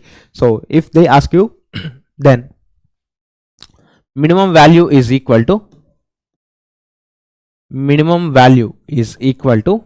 this is at the point 2 comma minus 4. So let us substitute 2 comma minus 4 here. So 2 square plus minus 4 square minus 4 into 2 plus 8 into minus 4 plus 7. So this is the value. So if you simply substitute and if you simplify this result, 4 plus 16, 20 minus 12 minus 32. So minus 12 minus 32 minus 44 plus 7. So 27 minus 44. Okay, so if you see, this is minus 24 and plus 7 actually. Okay, so minus 24 plus 7. So what is 24 minus 7? 17, correct? So minus 17 is what you will have as the minimum value actually here. Okay, so this is how we'll calculate the minimum value of this function. Now for this particular function, without doing all this analysis also, you can still tell the answer. How come? Think a while. You can pause the video for a moment and you can tell me how you can actually calculate the minimum value of this. Look, if you try to adjust the terms slightly, look, this equation can be written like this, or this expression you can say can be written like this: x square minus 4x plus y square plus 8y plus 7. So let us suppose if you convert this into x minus 2 whole square, then plus if you convert this to y plus 4 whole square, for example. Okay, so x minus 2 whole square plus y plus 4 whole square. Okay, then you'll get x square minus 4x term, y square plus 8y term. Now let us adjust the constants. Here there is plus 4 and here there is plus 16. So total 20 you have, but out of this 20, 7 is already there. So minus 13 is what you will have here, correct? This is minus plus 4 you have, and here plus 16 you have. So if this is plus 4 and plus 16, it is 20. So 20 plus out of this 20 you have 7 here, so you need plus 13 here, correct? Oh no, sorry, let me check. If you have total 20 summation here, but you need to have only 7, so it is 20, you have only 7, so minus 13, let us say minus 13. Yes, so if you hit minus 13, then it is fine. Yes, then did we make any calculation mistake here? 2 comma minus 4 is fine. So if you put 2 comma minus 4, 2 square plus minus 4 square minus 4 times of 2 plus 8 times of minus 4 plus 7. So 4 plus 16, 4 plus 16, 20 minus 8 minus 32. This is 40, right? Yes, this is not 44, this is 40.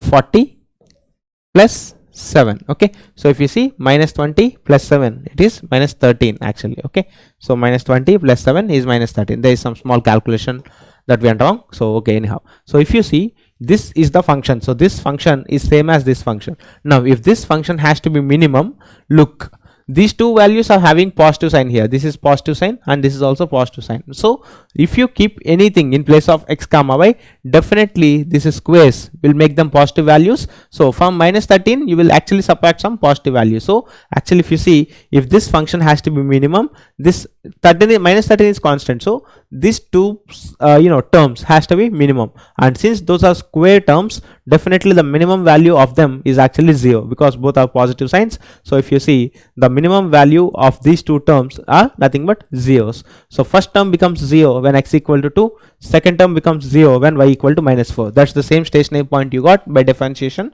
actually, and this is just by intuition if you see. So if you can convert this x square minus 4x as some square of x minus h and y plus k terms, then this function will have a minimum at the points where these two brackets becomes 0. Okay, and our job is to identify those points where these two actually become 0. Okay, so once you identify that, then it's very simple, and of course from the basics of differentiation and all, we again got the same result. Okay, so this is how we calculate maxima and minima of these two variable functions actually. Okay, if it goes for three variables, it's much more complicated, but at gate examination level we have only functions in single and two variables, so that's why we are restricting at this point. Okay, so this is how we calculate the concepts of maxima and minima. Now if you see, okay, fine. So now if you see, there is one very important concept which is called the concept of constraint maxima and minima also. Okay, so we have seen these concepts of maxima and minima in case of two variables. Now let us look into one very important concept which is called concept of constraint maxima and minima. Okay, so again in maxima and minima, we of course will deal one special concept which is called constraint maxima and minima, and this is also known with some other name which is also called as method of Lagrange's multipliers. Okay, so this is again one very important concept in case of maxima and minima. Why it's very important, we'll see. Look here. Now let us suppose if I want to design a box of certain volume, for example. Now if I want to design this box of certain volume, I'll definitely have a constraint. Maybe I can have some space constraint, okay, or I can have some material constraint, like this much material should only be used for manufacturing this box, which means if material is the constraint, that means automatically surface area is the constraint. So many times it's not possible that you design the things of your own interest, but rather they are bounded by certain conditions actually. For example, I'll give you one simple example.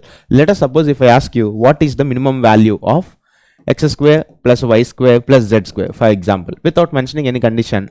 If I ask you this question, minimum value of this x square plus y square plus z square, without giving a thought, you will tell directly the answer is 0. Why? Because you know that individually all these terms are either positive or greater than either positive or 0 in the least case. So for the total sum to be minimum, since all these are squares, every square term should be minimum, and you know the minimum value of every square term is 0, so sum of all the zeros is 0. But now let us suppose if I put you this condition, that minimum of x square plus y square plus z square when x plus y plus z is equal to 1.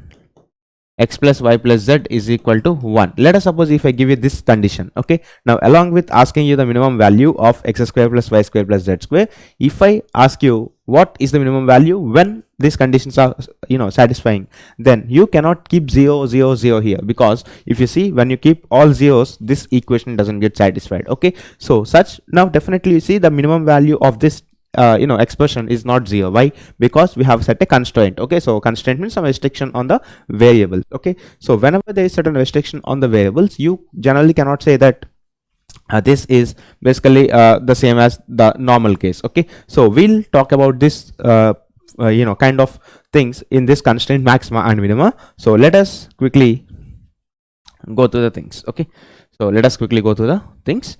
Now let us see here, let f of xyz be the function for which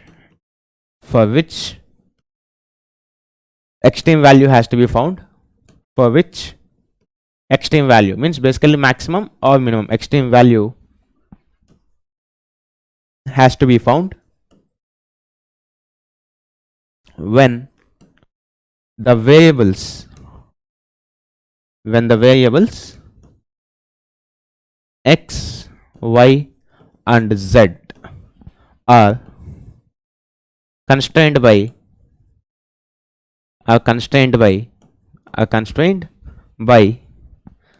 some equation. Let us say some phi of xyz is equal to constant. Phi of xyz is equal to constant. Okay, so basically if you see, this is the function for which you need to find the maximum or minimum value, and this phi of xyz is equal to constant is the governing equation which is actually bounding the variables. Okay, like in the previous example I have stated, x plus y plus z is equal to 1, such kind of things. Okay, then to find the extreme value, the extreme value, then to find the extreme value, what we'll do is first step, form a function, form a function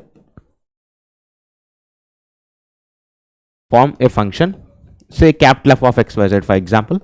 So capital F of xyz is equal to small f of xyz, basically the function for which you need to find the maxima or minima, plus lambda times of phi of xyz minus constant, phi of xyz minus this constant, whatever is given. Basically you can write this equation as phi of xyz minus constant is equal to 0. So some function of phi of x comma y comma z minus c. Okay, now second part, equate dou capital F by dou x is equal to 0, comma dou capital F comma dou y is equal to 0, and dou capital F by dou z, this is also equal to 0. So basically, for calculating the extreme values, you need to differentiate the function and equate it to 0. So whenever you have a capital F of x, y, z, then equate the partial derivatives individually to 0. So once you eliminate, once you equate them to 0, then the next step, just a minute. Okay, so once you found this, once you equate these partial derivatives, dou f by dou x, dou f by dou y, dou f by dou z to 0, then the third step that you need to do is equate the equations, or equate the expressions for lambda from above set of equations. You have three equations now: dou f by dou x, dou capital F by dou y, dou capital F by dou z. So from that equations, equate the expressions for lambda from the above equations.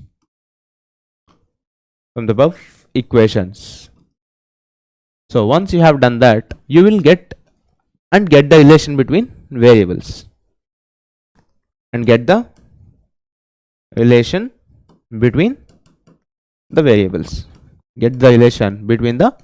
variables. I'll of course explain you the step-by-step procedure with an example. You will be more comfortable. Okay, so what I'm telling you, first of all, you form the equations that dou capital F by dou x is equal to 0, dou capital F by dou y is equal to 0, dou capital F by dou z is equal to 0. Now from that equations, you equate the expressions for lambda in set of two equations. Okay, so by doing that, you will get the relation between the variables. 4. Substitute the value of, substitute the relation between the variables in phi of xyz is equal to constant, and obtain the values of xyz. Obtain the values of xyz.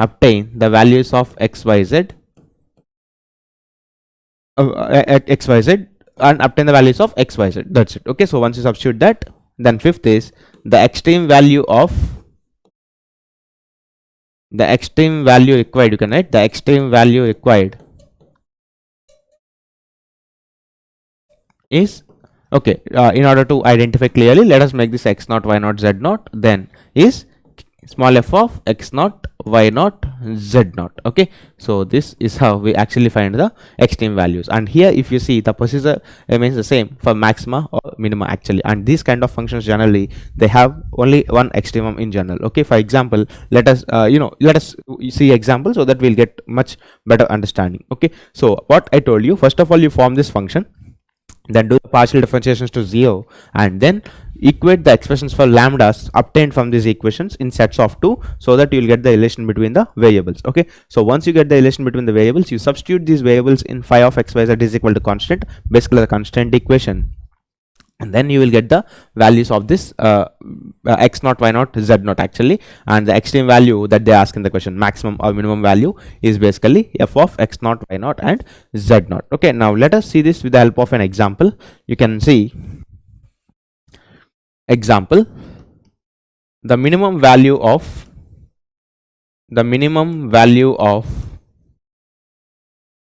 the minimum value of x square plus y square plus z square when let me take this example just to make you understand this, plus x plus y plus z is equal to 1, for example. Okay, so let us suppose you have taken this example, minimum value of this x square plus y square plus z square when x plus y plus z is equal to 1. So first step, if you want to carry out this, look, as I told you, generally in questions of constraint maxima and minima, you have only one of the extreme values, the other one tends to plus infinity or minus infinity depending upon maximum or minimum. For example, if you check this question, you know, you'll have some minimum value which will calculate using some procedure, but if you focus a bit on maximum value, the maximum value tends to infinity, because for example, I can set these numbers as 0 0 1 and I can set these numbers as 2022 minus 2021 0, or you can take any two very large numbers such that they differ in sign and they also differ in magnitude by 1 unit. Okay, so if you set examples like this, then definitely this term x square plus y square plus z square will keep on increasing and it touches infinity. Okay, so now if you see, let us focus on the calculation of minimum value. So first step that we are doing is, as I told you, if you observe carefully, the first step I told you is form a function like this. Okay, so form a function. So capital F of xyz is equal, capital F of xyz is equal to small f of xyz, which is this function for which you need to find the minimum value. So x square plus y square plus z square plus lambda times of this, lambda is called Lagrangian multiplier here. Okay, it's a constant value basically, so this lambda is called Lagrangian multiplier. So lambda times of this function x plus y plus z minus 1. So this is total capital F of xyz. Now second, equate dou f by dou x. So what is dou f by dou x from this function? 2x.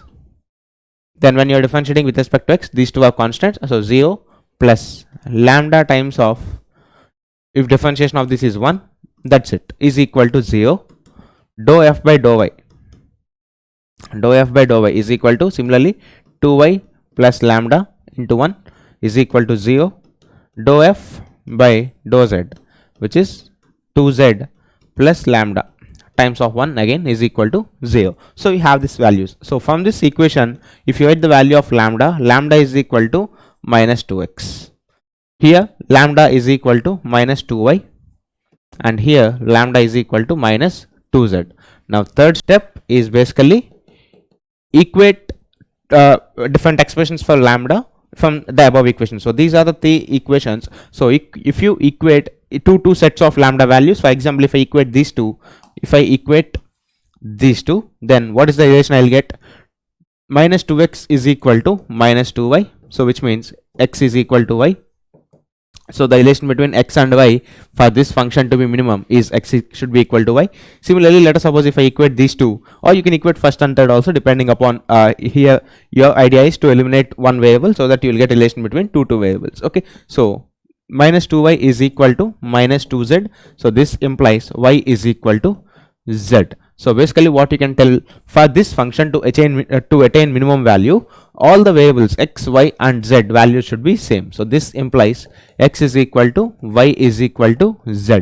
So what we have done basically is, we have equated the expressions for lambdas and we have obtained some relation between this variables. Okay, so that's the third point what I have stated here. Equate the expressions for lambda from above equations and get relation between the variables. So I have got the relation between variables, that for this function to have a minimum value, the value of x, y and z should be same actually here. Okay, so once the value of x, y, z is same, now fourth step basically, so fourth step is substitute the relation in this constraint equation. Okay, so substitute the relation for x, y, z in this equation and get the values of x, y, z. Look, till this step you just got the relation between variables. You don't know what is x value, what is y value, what is z value. Now who will give you these values? If you substitute this relation in this constraint equation, you will get the numerical values. Okay, so this implies substituting x is equal to y is equal to z in x plus y plus z is equal to 1 implies both, if you replace y as x and z as x, 3 times of x is equal to 1, so x is equal to 1 by 3 or since all these numbers are equal, so x plus y plus z is equal to 1 by 3. Now you got the value of the variables at which this function is minimum actually. Okay, so fifth step, therefore minimum value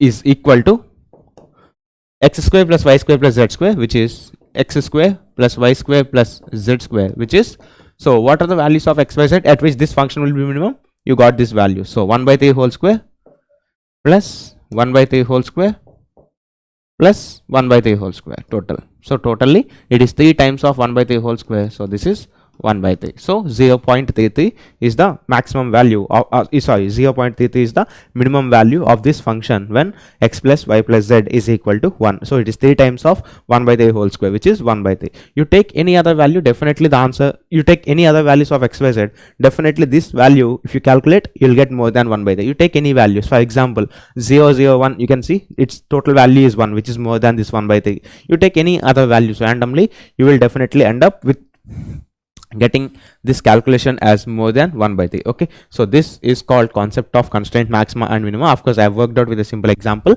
so that the relation is very simple to attain. Okay, so sometimes depending on the questions here, elimination process will be little tricky, that's it, except that the standard working procedure remains the same in case of this constraint maxima and minima. And this is one really very important concept, because all practical applications, even though if you want to maximize or minimize to the best possible case, but they are again governed by some constraint. For example, you might have seen your linear programming. Okay, so if you see linear programming, then what happens, your production is limited by the number of products that are available for you to manufacture, correct? So if you see, we have, for example, if you want to manufacture product A which requires 2 components, then the number of, when you are trying to optimize number of quantities of production of A, that depends upon the constraint equations. So similarly something like this, if you see here we have a function which you are supposed to maximize, but again you are governed by some constraint equations. Okay, so this constraint maxima and minima concept is really one very important concept in mathematics again. So I you need to put definitely some special attention onto this concept of maxima and minima in constraint case. Okay, so I hope this is clear to you. So till here, let us once quickly recollect what we have learned in this course, in this class. Just a quick revision let us have. So we have talked about limits in single. First of all, we have understood why there is some necessity of multivariable functions. Okay, so once we are thorough with that, we have understood what is the neighborhood in a 2D area basically. So it's a circle of some radius. So now if you see, we have seen how to calculate limits in 2 variables in general, the general path we have considered all these things. Okay, so then we came to the continuity of a function. I have shown you with the example of x square plus y square. I have plotted this graph actually on the plotter and I have shown you. So we have identified what is partial differentiation. So in general, what happens, the quantities or f, this function f, let us suppose if I take this f as some temperature or pressure or something basically, so they change with respect to many quantities. So it's really difficult for us to measure the changes simultaneously with respect to all the changing variables. So what we do generally, we have actually we have created the change, we have treated the partial changes. Means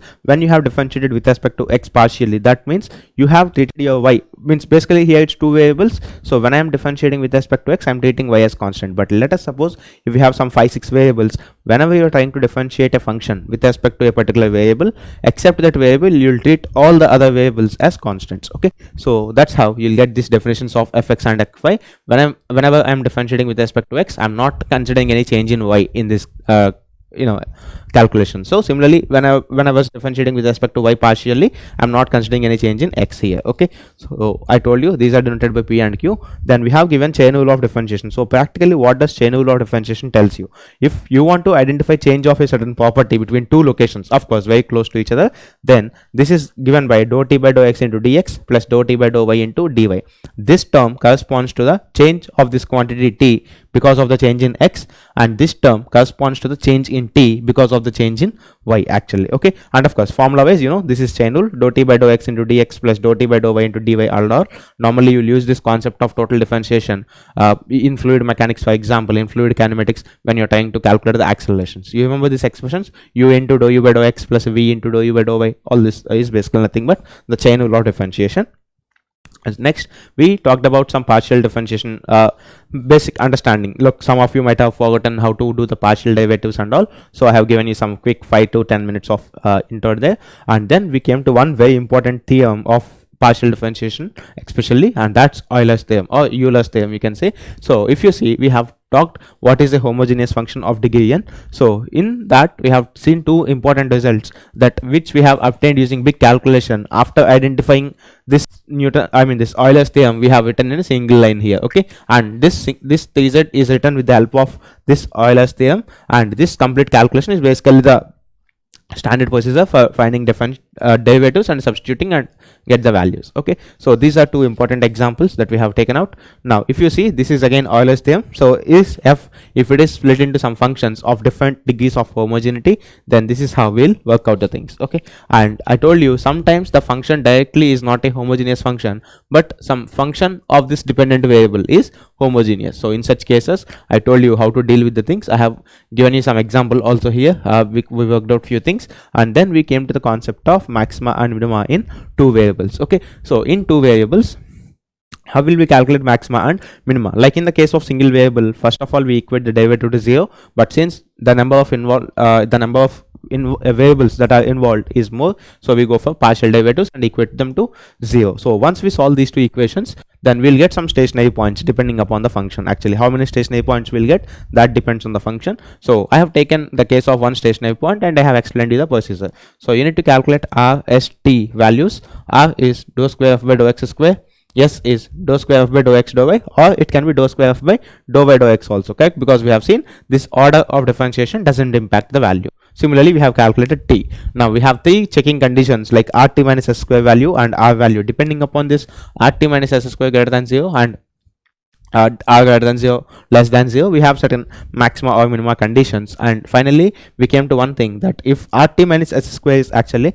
less than or equal to 0, then we can't comment on the existence of maxima and minima. Okay, like in case of points of inflection in the single variable case, here we have this saddle points in case of multivariable case. Okay, then we have solved some examples to make you understand the working procedure. One more example I think we have done. So and for this example I have given you the normal intuitive way as well, how this minus 13 and minus 13 here are matching with each other, because of one we have calculated using the standard maximum minimum procedure, second we have done by adjusting the terms as quadratic expressions. Okay, so once we are thorough with this, we have started this concept of constraint maxima and minima and method of Lagrange's multipliers. Here if you see, this lambda value is called Lagrangian multiplier, where lambda is called, because this is actually multiplied to the constraint equation, so lambda is called Lagrange's multiplier. So that's why it's called method of Lagrange's multipliers sometimes. So Lagrange's multiplier.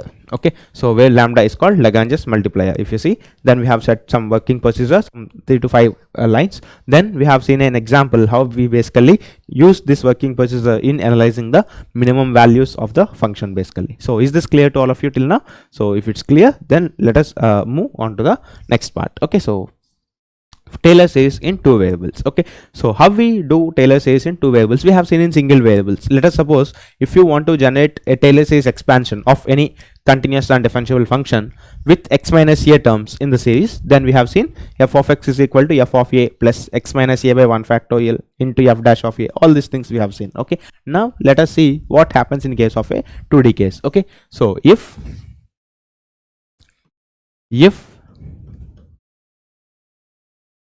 f of x comma y is continuously differentiable, means all the derivatives they keep on existing, is continuously differentiable in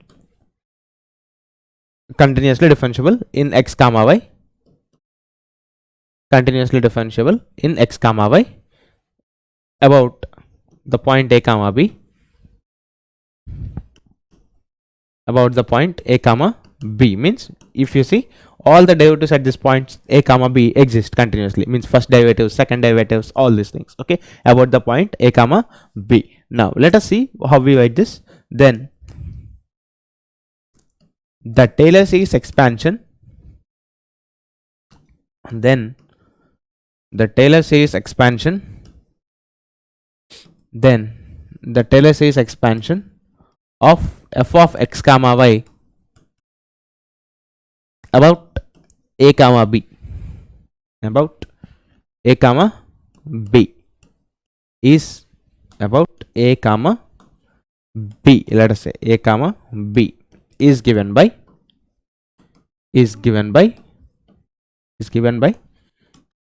f of x comma y is equal to f of a comma b plus 1 by 1 factorial times of x minus a into the first partial derivative of x at a comma b plus y minus b into first partial derivative of f with respect to y at a comma b. So this is the first term, means basically f of a comma b plus 1 by 1 factorial times of x minus a into fx of a comma b plus y minus b into fy of a comma b plus 1 by 2 factorial times of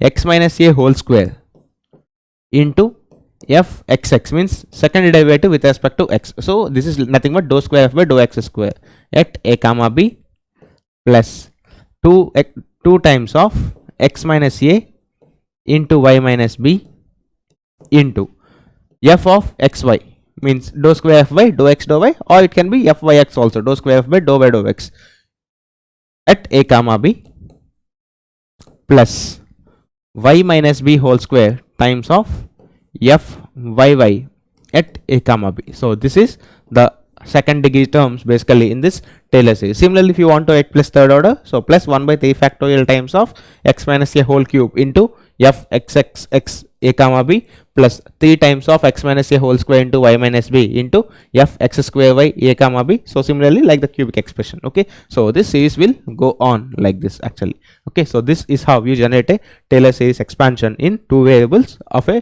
continuous and differentiable function. Okay, why the function should be continuously differentiable? Because this derivatives fx, fy, second derivatives, all these things should exist actually. Okay, and if you want only xy terms in the equation, then you will take this a comma b point as 0 comma 0, of course. Okay, and this is how you generate the Taylor series. Now I would like to take one moment in explaining you how this single variable Taylor series come from this two variable Taylor series. Okay, so for that, let me take some moment and explain you. So if you see this two variable expansion, f of x comma y is equal to f of a comma b plus 1 by 1 factorial times of x minus a into first derivative, partial derivative at a comma b plus y minus b into fy at a comma b.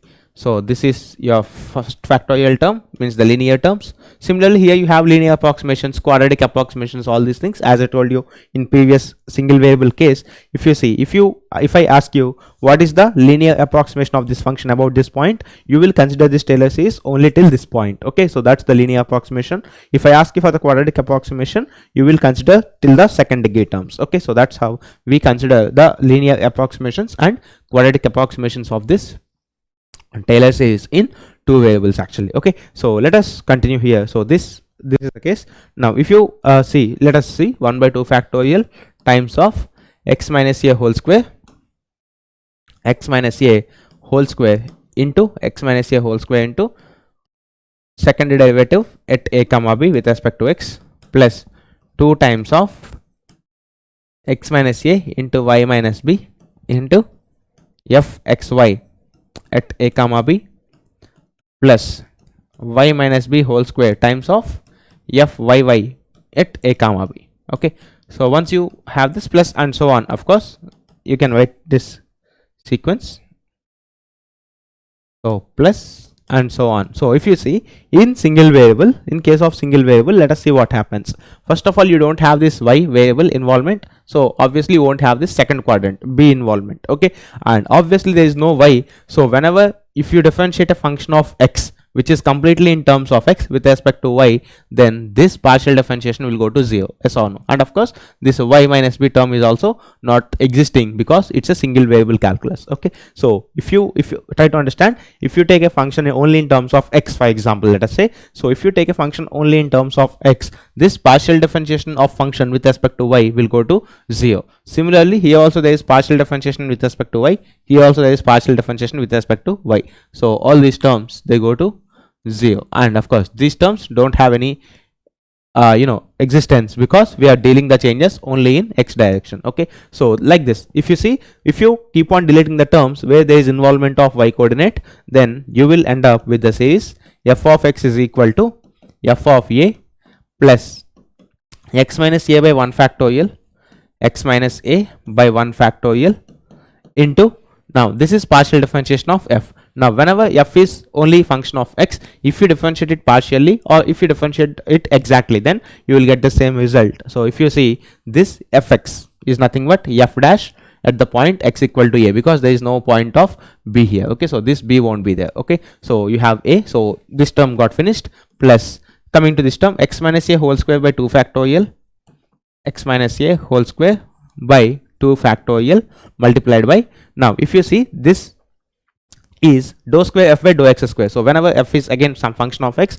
partially differentiating it 2 times with respect to x or doing the normal integration, both give you the same result. So that's why you have f double dash of a, because there is only one variable you can substitute for. Okay, these two terms are 0. So if you have considered the third term, you would have got something like x minus a whole cube by 3 factorial times f double dash of a, and so on. This series will actually go on, and that's how this Taylor series expansion is actually reduced from this second variable. Okay, and actually Taylor has given this expansion for any number of variables. Actually he has taken n dimensions in general, and he has given in terms of I notations actually. Okay, so sigma I is equal to 1 to n in such form, but at the right now it's going to be more complicated, and also in the syllabus you have only for single and multiple, single and this 2 variables actually. Okay, but majority, if you see, this 2 variables is not asked even hardly once in last 10 years. So that's why, but still it's in the syllabus, so we shouldn't take any risk. That's why I have given you this Taylor series expansion in 2 variables, and of course it's simple. Just you can see, writing this cyclic terms is very easy. So first you have written the linear terms, then it's like a plus b whole square expansion kind of thing. Okay, so if you see, we'll write the square of this 2 times of x minus a into y minus b and y minus b whole square. So the coefficients changing as partial derivatives with respect to xx, both the complete degree of 2 is due to this x, so we have written xx. The complete degree of 2 is because of 1x and 1y, so we have written xy. The complete degree of 2 is because of this y, so we have written yy. So this is how we have written the coefficients generally, and this is how we have detected the single variable Taylor series expansion from the 2 variable from the 2 variables that are existing here. Okay, so I hope it's clear to you, and this is how we basically deal in the case of Taylor series. Okay, so once we are done with this Taylor series, we are almost finished with this differential part of the basic calculus. Okay, now let us shift for the integrations of this 2-3 variables actually. Okay, so let us go for the multivariable integration. Okay, so now let us see how do we do this multiple integrals, the last module which I have actually going to cover in this syllabus. But so we have seen these first 4 things: limits in 2 variables we have understood, partial differentiation we have seen, spent some time on that, Taylor series, of course after dealing the concept of maxima and minima we have talked about Taylor series. Okay, in 2 variables. Okay, so these 4 what do you say, sections we have covered, and the last section that is left over in this case is multiple integrals. Okay, and you see, I told you in last class also, just a minute, so let me forward this. So if you see, okay, so multiple integrals. So multiple integrals is actually taken as one of the very hard topics actually, if you see, because generally what happens till +1 +2 level you are very much familiar with the single variable integration, but after that what happens, suddenly you come to the BTech first year and they start talking about multiple integrals. They put symbols like this, which will cause some fear in you and all these things. Okay, but actually practically speaking these things are very easy. Okay, if you have slight idea on what to do, these things are very much easy for you. Okay, so how we actually define a multiple integral, let me show you first the double integral, then we'll if there is some space we'll go for triple integrals also. Okay, so now let us see here multiple integrals, how we'll do this. Okay, so if f of x comma y is continuous and differentiable, continuous and differentiable in a region R, continuous and differentiable in a region R, bounded by the curves, say for example y is equal to phi of x, y is equal to psi of x is equal to a, and x is equal to b. So let us take a 2D space. If you take a 2D space like this, for example, now try to calculate something. If this is some function, say y is equal to phi of x, for example, okay, so y is equal to some phi of x is one function, and let us say y is equal to psi of x is some other function like this, for example, something like this. Okay, so let us suppose it is lying somewhere here, y is equal to psi of x, and x is equal to a and x is equal to b are these lines. This is x is equal to a, for example, and this is x is equal to b. Okay, so this is x is equal to b, x is equal to a and x is equal to b, and this is x axis, y axis, and 0, of course, as usual. Okay, now this is the region R.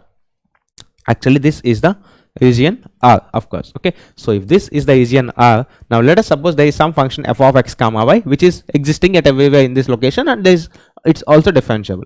Then the evaluation of f of x comma y in region R is given by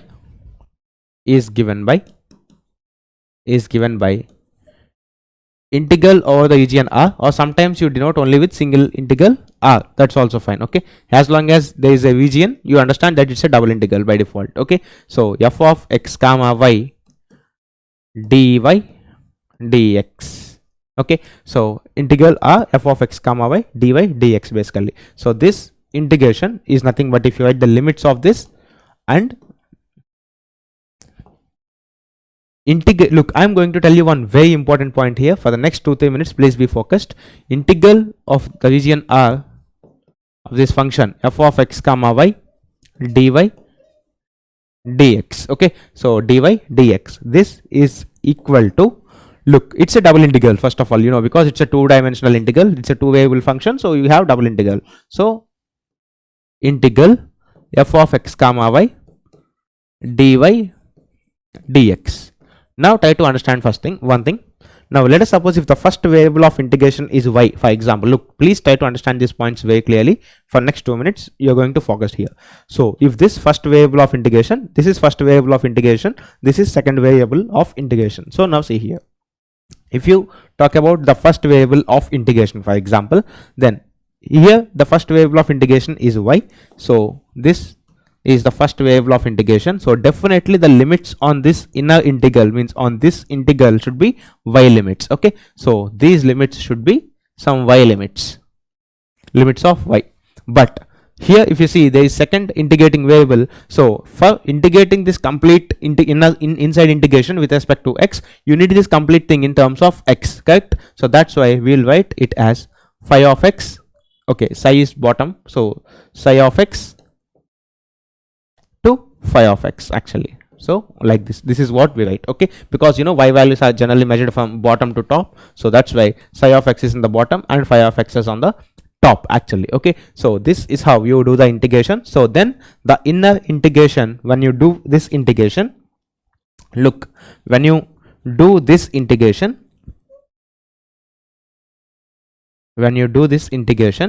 you will end up everything in terms of x. Okay, so then you will be able to integrate this function in terms of x again. So what are the limits for x now?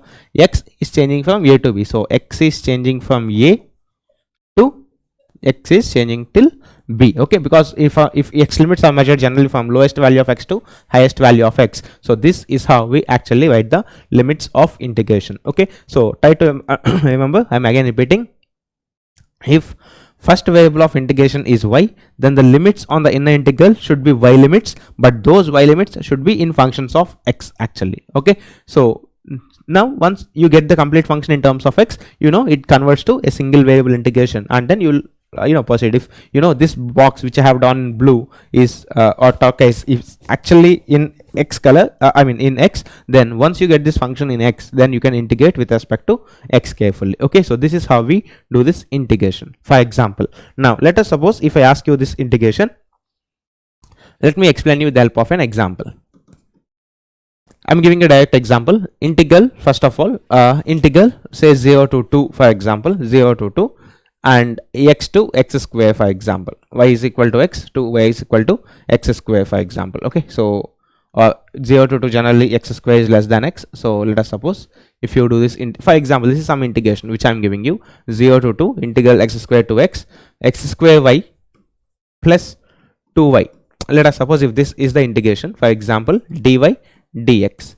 Now tell me one thing, I told you whenever it is dy dx, if this is the integral and if this is on this integral, if there are functions of x, then definitely I told you if there are functions of x on the inside integral, those functions of x are nothing but y limits, correct? So you need to do the first integration with respect to y, because sometimes what happens, they'll give you dx dy to confuse you. Okay, so people feel that you'll need to integrate with respect to x first, but it's always this limits on the integral which tells you that which is the first variable of integration. Look, if these are functions of x, that means these functions are nothing but limits of y actually. Okay, so these are limits of y, so you need to integrate first with respect to y. Okay, so this is how you decide what is the first variable of integration, not depending upon this dx dy or dy dx. This product remains same if I add dx into dy or if I add dy into dx. The multiplication of these two terms, they remain same, but the thing that talks you about the first integration variable or the first variable of integration is this actually. Okay, here there are functions of x, and these functions of x are nothing but limits of y, so first integrating variable is y. So if you simplify this integral, these are x limits obviously, then okay, if these are y limits, then these are x limits. So x is equal to 0 to x is equal to 2. Now if you integrate this, when you are integrating with respect to y, you will treat x as a constant, like how you have taken whenever you are differentiating with respect to y, x is constant partially. Similarly here also in this integrations, whenever you are integrating with respect to y, you will take x as constant. Okay, so if you integrate taking x as constant, in the first term x square is constant, integration of y is y square by 2 plus 2 is constant, integration of y is again y square. Okay, let us change this y to y square, for example, to increase the complexity. So now if you do this, so 2 is constant, integration of y square is y cube by 3 within the limits x square to x. So here you have x square and here you have x, this complete term into dx. So let us substitute and let us see what is the values. Integral x is equal to 0 to integral x is equal to 2. Now if you substitute x square into, or x square by 2 is also constant, into y square, when you substitute the upper limit, what is upper limit? X. So x, if you substitute here, x square plus 2 by 3 times of, when you substitute x, this is x cube. So this is what you have as the upper limit value, minus lower limit x square by 2 into this x square, if you substitute here in the lower limit, x square whole square, so x power 4 plus 2 by 3 times of, if you substitute x square here, we have x power 6. So this value dx. Okay, so now this is completely in terms of x, and you know how to evaluate this integration. Okay, so let us simplify anyhow. So integral x is equal to 0 to x is equal to 2.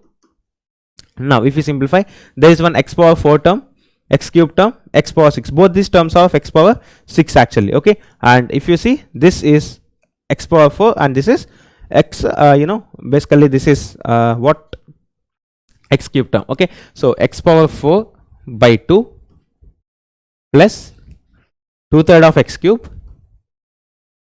2/3 of x cube minus, now both these terms are x power 6 terms, 1 by 2 plus 2 by 3, how much it's going to be? 7 by 6 actually. Okay, so 7 by 6 x power 6 dx. So this is a single variable integration. Now you know how to convert this into a numerical value. It's a single integration basically. So if you simplify, integral x is equal to 0. Okay, if you integrate this, 1 by 2 is constant. Integration of x power 4 is x power 5 by 5 plus 2 by 3 times of x power 4 by 4 minus 7 by 6 times of x power 7 by 7. So this within the limits of x equal to 0 to x is equal to 2. Now if you simplify this slightly, x power 5 by 10. Okay, so if you substitute 2 power 5 by 10, so 32 by 10 plus this is 2 anyhow, so 2 power 4 by 6. Okay, so 2 power 4 is 16 by 6 minus 7 gets cancelled. 2 power 7, so 2 power 7 is how much actually? So 2 power 5 is 32, 2 power 6 is 64, 2 power 7 128 by 6. This is what we have actually. Okay, so if you slightly simplify 128 minus 16 and all, basically some numerical simplification. Now that's it. Okay, so if you take out 16 here, you have 112, so 112 by 6, so 32 by 10 minus 112 by 6. Okay, so you can simplify this value. Basically you can take a calculator or you can just take LCMs and all, you can simplify. Okay, let me quickly take one calculator and write some value here. Get calculator. So scientific. So what is the value? 32 by 10, so 3.2 minus 112 by 6. 112 by 6. Okay, so if you simplify, minus 15.466 minus 15.466. Anyhow, this part which is on the right side of the board is known to you. It's a single variable integration basically, but converting this multiple or double integral into a single variable integration is this how. Okay, so how you identify the first way, how you actually identify the limit of integration or the first integrating variable depending upon these limits. So here the limits are in functions of x, so definitely if these functions of x are nothing but limits of y, so that's why the first integrating variable is y. Okay, so this is how we actually do the double integration. Okay, now let me talk about few examples which are very, let me make you understand some nice things here. Okay, so see here, for example, if I ask you this function, evaluate I is equal to, there is some integral I is equal to what do you say, let us say 0, for example 0 to x is 0 to x, then here let us say 0 to 8, for example, let us say this. Okay, 0 to 8 x times of dy dx. So you see here, now if you want to evaluate this integral, so first of all try to observe one thing. If you want to evaluate this integral, look, these are limits of x, so definitely these are y limits, I mean these are functions of x, so these are y limits. Similarly these are x limits. Okay, so if you do the integration, you will get the answer simply. I is equal to integral x is equal to 0 to x is equal to 8. Now integration of this x with respect to y partially, x is constant when you are integrating with respect to y, so x is a constant, into integration of dy is basically y within the limits 0 to x dx. Okay, this is the case. So I is equal to, of course it's a very simple integral, but I want to tell one point here. Okay, so x is equal to 0 to x is equal to 8. So if you substitute here, this is x square dx, correct? Because if you see x into x minus 0, this value, if you simplify by substituting limits here, this value is actually x, so x into x gives you x square dx. So if you simplify, we have x cube by 3 within the limits 0 to 8, so 8 cube by 3. So what is the value of 8 cube? 512 by 3. Okay, so you can simplify this. So if you simplify this, you will get some value. Basically, let us say 3 can cancel this, so 3 ones are 3, then 21, so 7 times 0.66. okay, so 170.66. this is what you have. Now what is this value 170.66? let me talk about one thing. So here one thing that you have observed is this function f of x comma y, I have taken it as x, correct? Now definitely this is a 2D integral, so these curves will actually represent some area. What are the curves that are here? Y is equal to 0, y is equal to x, x is equal to 0, x is equal to 8. These are 4 curves, correct? So let us see what is the figure you will get if you what is the region that is bounded by these 4 curves. Okay, so let us see here geometrically what is happening here. So if you see, this is x-axis, this is your y-axis. Okay, so this is your y-axis like this. Okay, so 0 x y. So what is the equation of y? X is equal to 0. So this equation y is equal to 0 is nothing but this x-axis. Now y is equal to x. Let us take y is equal to x. So y is equal to x. Let us suppose I have taken like this, y is equal to x. This is y equal to x. Y is equal to x. So let us suppose x is equal to 8 is one more last equation. So x is equal to 8. Let us suppose like this. Okay, so x is equal to 8 like this. Okay, so this x is equal to 8. Now if you observe the region which is bounded by these 4 curves, and this is the closed region which is bounded by these 4 curves, and you know this is a rectangle triangle, of course. Okay, so just if you plot the lines. Okay, so now if you do this integration, integral x into dy, many of you might have observed this result, that integration of x into dA means in a region, if you do this product integral x into dA, this gives you a into x bar. You remember this? Basically in centroids, normal in engineering mechanics course, basic course which you all have done, or even in +1 +2, to locate centroid of any region, some region, you write this expression integral x into dA, the first moment of area. If you take integral x into dA is equal to a into x bar, correct? You have it in this, or you generally written this formula in other way, maybe integral x dA by integral dA, and this integral dA is nothing but the area actually. Okay, so if you see, this is what you get. Okay, now this is on some region R, for example. So here the region R is a triangle. So this region R is a triangle. So if this region R is a triangle, then if you calculate, you are nothing but you are calculating this term, yes or no, because if you see integral over the region R, x dA is small if you take small rectangle of length dx and width dy, then dx dy is the area. So this value which you are calculating here should be definitely equal to area of the region into centroidal distance. Okay, so let us see what is the centroidal distance and all. So if you check out a into x bar of this triangle, what is area here? Half into base into height. So base is 8 because x equal to 0 to x equal to 8. Height is how much? This is a point on this line, x is equal to y. So this point is 8 comma 8. So if base is 8, height is also 8 actually. Okay, so height is also 8. So now into centroid, you know centroid will be at a depth of at a width of a by 3. So this is 8 by 3. But since you are measuring the distances from this axis, these are the, if any point on this the x coordinate of any point in this plane is measured from this y axis. So if you see this distance, if you see this distance is how much?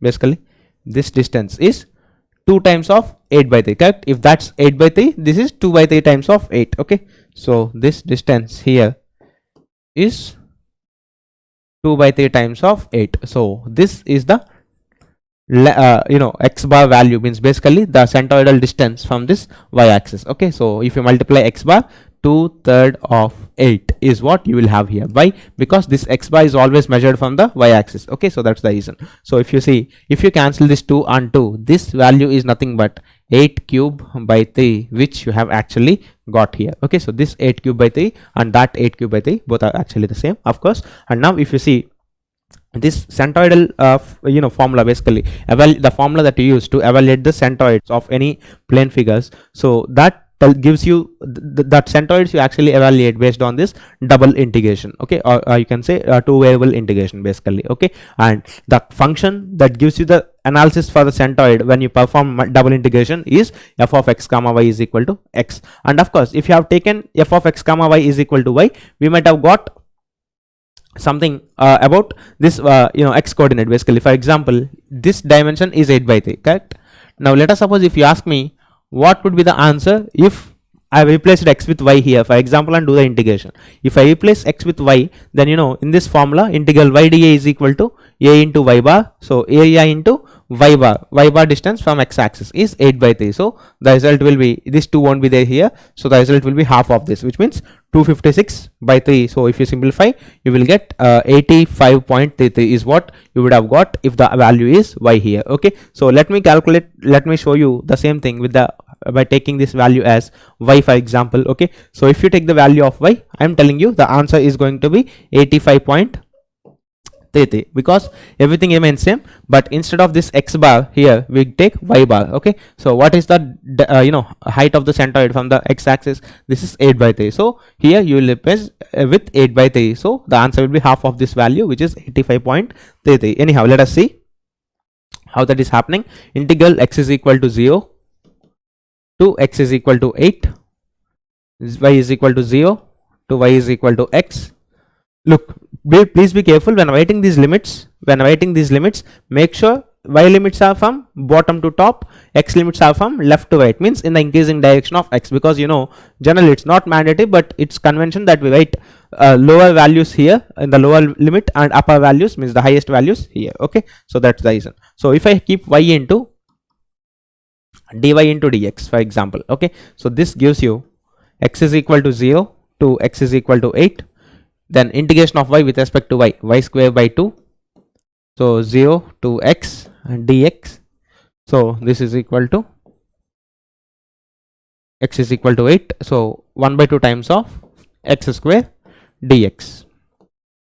So this integration is x cube by 6 within the limits 0 to 8. Okay, so if you substitute 8 cube by 6, and obviously here the answer is 8 cube by 3. Now here it is 8 cube by 6, so it is half of the previous value, so which is 85.33. okay, so this is how, when you have this x basically here, you will get this integration value. Okay, now let me take this function. When I have taken x, this formula. When I have taken y, this formula. So we got certain results. Okay, now let us see what happens if I change this function to x square, for example. Okay, so if I take this function to x square, let I is equal to evaluate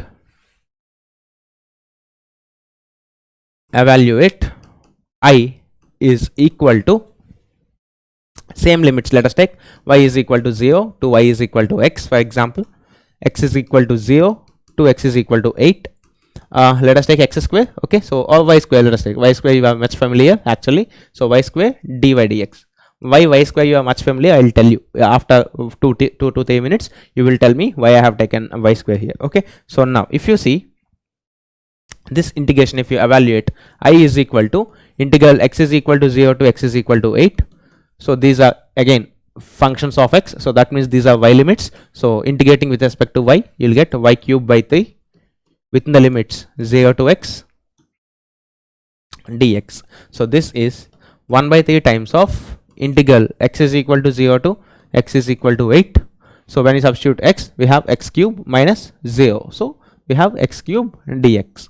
So if you simplify this, 1 by 3 times of x power 4 by 12, sorry, x power 4 by 4 within the limits 0 to 8. So 1 by 12 times of 8 power 4 minus 0, of course. Okay, so 1 by 2 times of 8 power 4 minus 0. So I is equal to 8 power 4 by 12. I am not simplifying this because I want you to understand something. Okay, so this is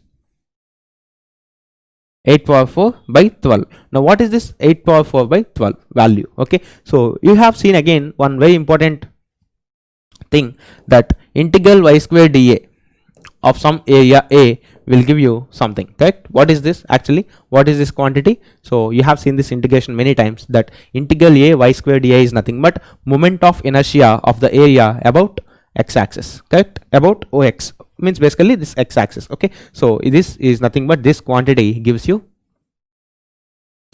if you do integral y square dA of any area, you will end up with calculating the moment of inertia basically. Okay, for rectangle, triangle, whatever. Of course the geometry depends upon these limits. So anyhow, in this case it's forming a rectangle, triangle, so moment of inertia of triangle about, okay, of area about x-axis, of area about x-axis, correct? Integral y square dA is about x-axis, about y-axis is x square dA. Okay, so about x-axis. Now you all know that if this is a triangle, you know, basically if I take a triangle like this, okay, okay, fine. So if I take a triangle like this, if I take a triangle like this, if this is your x-axis and if this is your y-axis, for example, if this is y-axis, then the moment of inertia of this triangle ABC, let us say, about base, normally if you take the triangle like this, okay, so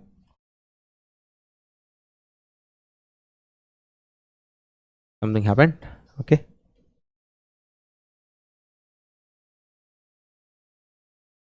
just a minute, I just want to move this triangle here. Okay, let me do it another way.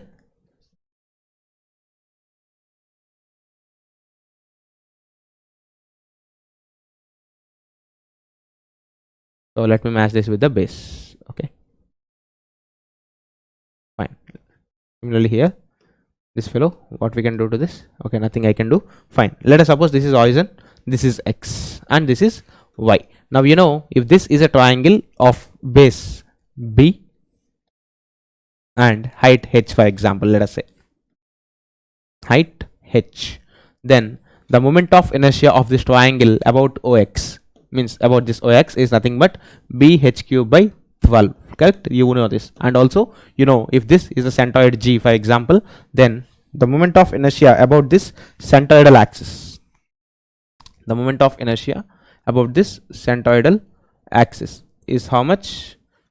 IXXG. Let us suppose if I call this axis XX, centroidal axis, IXXG, for example, then you know this value is BH³ by 36 actually. Okay, so you know these two values actually for this triangle. So when you calculate this for a right angle triangle, then what happens? Base is 8, height is also 8 in this case, so that's why you got 8 power 4 by 12, because this integral y square dA is nothing but, this integral y square dA is actually nothing but the expression for the moment of inertia. So when I take y square here and do some integration, depending upon the coordinates, of course, your area changes. So finally, since these particular coordinates give a right angle triangle if you construct, that's why this value which you're actually calculating in mathematics is nothing but the moment of inertia of the triangle about the OX x-axis base actually. Okay, so because here we have decided to coincide the base with x-axis, so that's why we have got this result. So this is how this integral y square dA is actually the moment of inertia of the triangle about its base. And I hope you know how these two are connected basically by the parallel axis theorem. Okay, so if you want IOX is nothing but IXXG plus area of the triangle of any figure basically into the distance between these two parallel axes. Correct, so this axis distance is h by 3 actually, because if the total height is h, centroid is at a height of h by 3 from the base. So IOX, if you want to calculate about the base, you know, about the centroid BH³ by 36 plus area half into B into h into this square h square by 9 actually. Okay, so if you see BH³ by 36 plus BH³ by 18, so this 18 you can write as 2 multiplication here and 36, so total 3 times of BH³ by 36, you have 1 by 12. Okay, so this is how you get the moment of inertia as BH³ by 12 about the base of the triangle, which actually you have got same thing using this integration. Now let us suppose if I take x square divided by dx, then you would have got moment of inertia about the other axis actually. Okay, means the other plane, of course. Okay, now this is what you have. Now let me work out one more question actually. So one more question will work out here. So see here, what is the question that we'll talk about.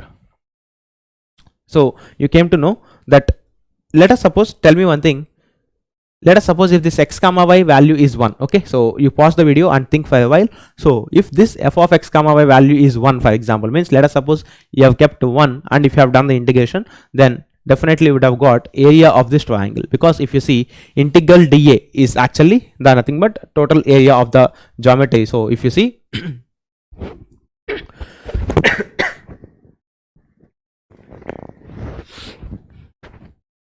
so see here, if you keep this f of x comma y is equal to 1, then this f of x comma y is equal to 1 is nothing but when you take this value as 1, this integration gives you this is nothing but integral dA. So this gives you the area of the figure. For example, if you take 1 here, then here you would have got just x, correct? This value is 1 basically. Okay, if you take 1 here, then integration of 1 is y with respect to 0 to x, so you would have got only 1 here. Okay, there is no x here in this case, so you would have got x square by 2 is the integration. When you substitute, 8 square by 2, half into 8 into 8 is nothing but 8 square by 2. This is what you might have got if you have taken x is equal to 1 here. Okay, so let us see what let us work out one example. I want to tell you one more important point here. Okay, I'm sorry for some unbearable sounds in between. Okay, fine. Okay, so let us see here. So let us try to observe one more thing actually here. So let us calculate this integration. The value of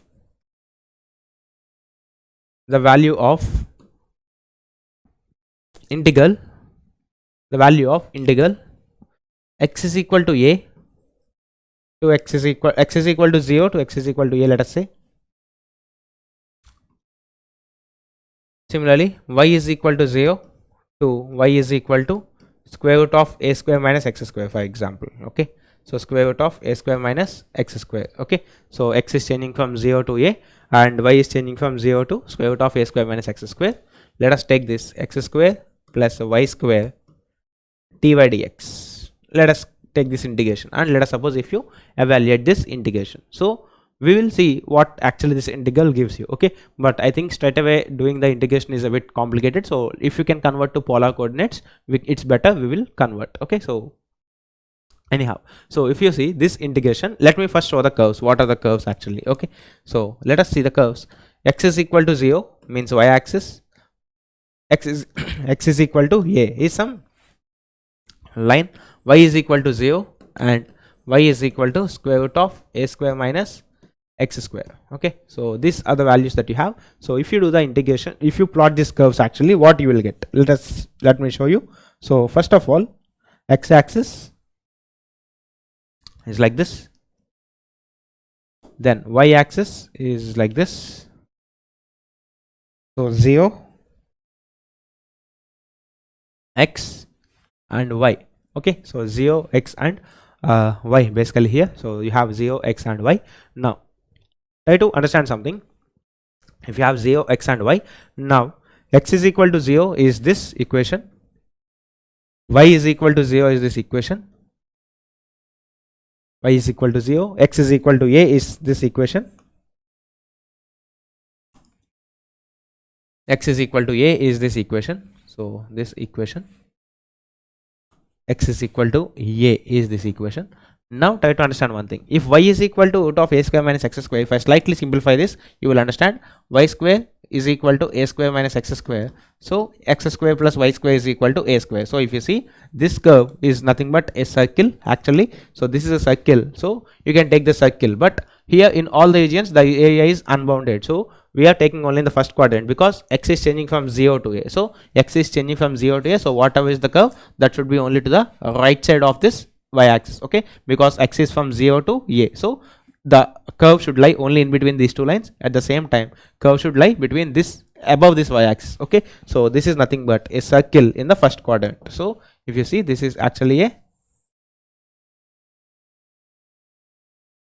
circle, quadrant of a circle in the first quadrant. Okay, so this is y is equal to root of a square minus x square. Okay, so this is the curve. Now you need to calculate this integration of x square plus y square dy dx in this system actually. Okay, so straight away it's not very easy, you need to go for some polar coordinates actually, but I'm giving you the value actually here. So if you go for the polar coordinates and if you evaluate, you will get this value as pi d power 4 by pi d power 4 by means basically if this is d by 2, let us say if this is d by 2, or okay fine, this is a anyhow I have taken, so if this is a, your result is going to be something like pi times of this is small area dA. So okay, let me show you the derivation also, why to go in a hurry. So see here,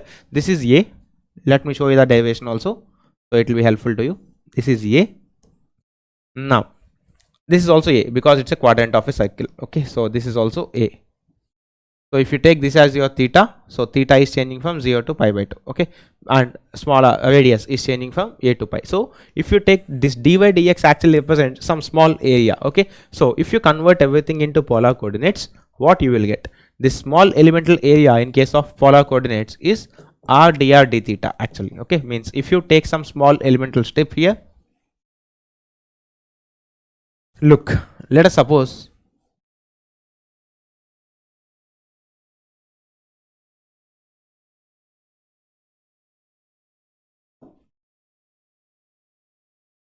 if you take some small elemental strip like this. Okay, now if you see, this is radius r and let us suppose this thickness is dr. Okay, so this is the small elemental area that I am talking about, and let us suppose this small angle made by this sector is d theta. Okay, so if this is the cases, then the area of that small shaded region is how much? Basically dA, which you take as dx into dy in normal Cartesian coordinate system. You take this small rectangle dx dy, so that's how you will get dA is equal to dx into dy or dy into dx. But in case of polar coordinates, how we actually do this is dA is equal to small r times dr into d theta is what you have here. Okay, so how you will get this? Actually it's very simple. Look, if you see, this is a sector of radius r plus dr making an angle of d theta. So if you want this shaded part, you can take the complete sector area and you can subtract this inner sector area. Okay, so that if you do d theta by 2 pi into pi a square. Okay, pi r square, let us say, normally if you know the radius is r, so pi r plus dr whole square. Okay, so this is the area of the complete sector, like this, means from this to this region then coming back. So minus, you need to subtract this region, so this area is d theta by 2 pi because this sector is subtending angle of d theta into pi r square. So if you simplify this result, you will get the required answer. Okay, so pi gets cancelled in both the cases, so d theta by 2 times of r plus dr whole square, r square plus dr whole square plus 2 times of r into dr minus, you have one more r square here, so r square and r square gets cancelled. Dr is actually very small, so dr whole square will be much smaller, so you can neglect this term. So if you neglect d theta by 2 into 2 times of r dr, then this 2 and this 2 gets cancelled. So that's how you have the small elemental area in polar coordinates as small r times dr into d theta. Of course there is also one concept which is called Jacobian, but right now I'm not dealing in that case actually. Okay, so right now I'm trying to explain the things geometrically. So if you see, this is how dA is actually converted here. Okay, now let us see the same integration. If you convert, x is equal to r cos theta, y is equal to r sin theta, and basically this is dA, which you can replace with this value, and let us suppose you change the limits into polar coordinates. How you will get the integration? Look, the limits of integration is converting like this. I is equal to integral x square plus y square. So x square plus y square is r square cos square theta plus r square sin square theta. So if you take small r square out, cos square theta plus sin square theta value is 1. So that x square plus y square value is r square actually into dA, which is r dr d theta. Now what are the limits? If you see in this figure, the minimum value of radius is 0, the maximum value of radius is this small a. Okay, so radius can change from 0 to a, both are constants. Similarly, we are talking only in the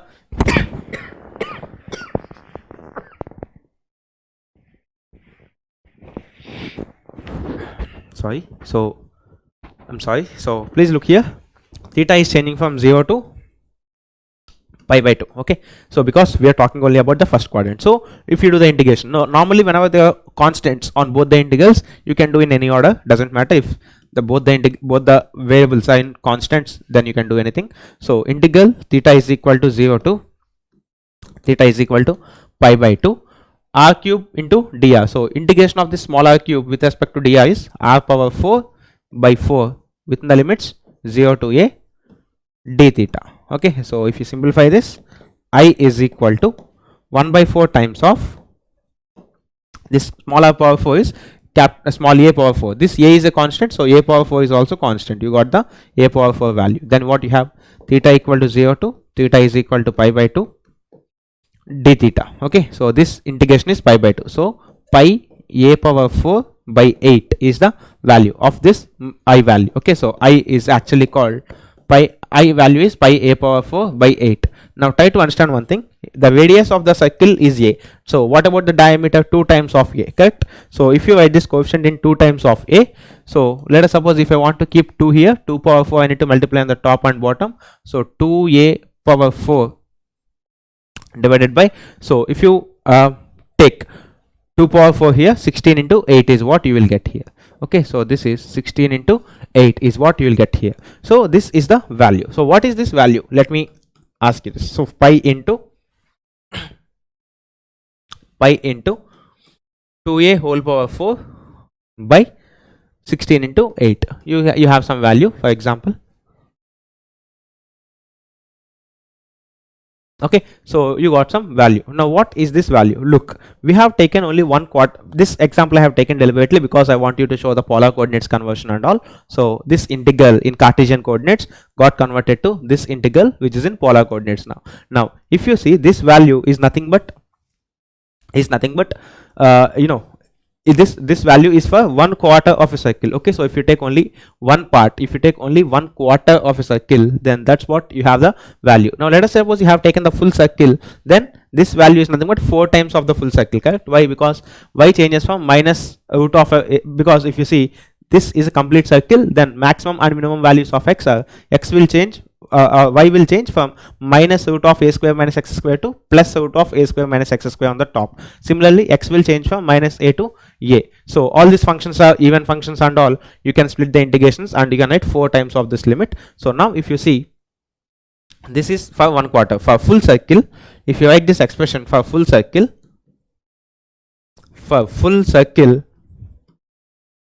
this integration I value is nothing but pi times of 2a. If I am taking 2a as the diameter, 16 into 8 into 4, correct? Because 4 quadrants will form a full circle. So if you simplify the result, this is 4. So this I value is nothing but pi times of diameter power 4 by 32. You might have remembered this formula somewhere, correct? So if the circle diameter is d, for example, let us suppose if you take a beam or a shaft of diameter d, then pi d power 4 by 32 is some quantity actually, correct? So what is that quantity? What is that quantity basically? So this quantity is nothing but your polar moment of inertia. Polar moment of inertia, basically the tendency or the resistance of rotation about the rotational axis. Okay, so the tendency of the resistance offered by the cross section to undergo rotation is actually given by this polar moment of inertia, and that's pi d power 4 by 32. Because everything is mathematics, okay, just some integrations, because I have taken this because I want to show you how you convert Cartesian integrals to polar integrals. So that's why I have taken here. So pi polar moment of inertia. So if you see, all these things are basically very good applications of the core subjects that we talk about. So these are calculating centroids, okay, calculating moment of inertia, calculating polar moment of inertia, all these things. Okay, so I'll give you some list which is helpful to you now. Okay, so change of order of integration. Okay, so fine, I'll give you one list here actually. So see, if the integral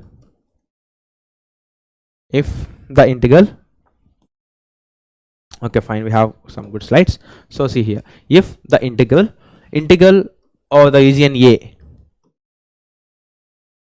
or you can write if the function f of x comma y, if the function f of x comma y, if the function f of x comma y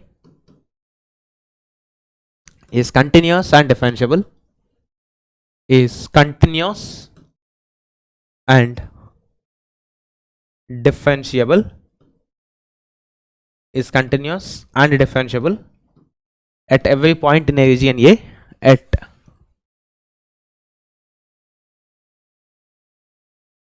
every point in a region A, for example, then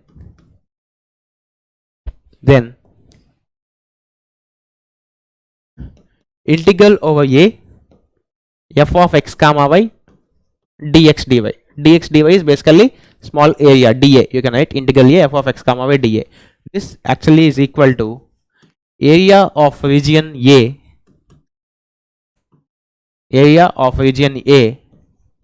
if f of x comma y, this function is equal to 1 actually. Okay, if this function is equal to 1.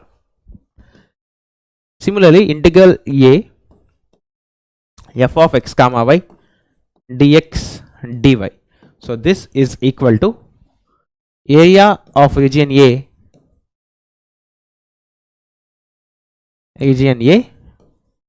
into x bar, if x bar of region A, you can write x bar of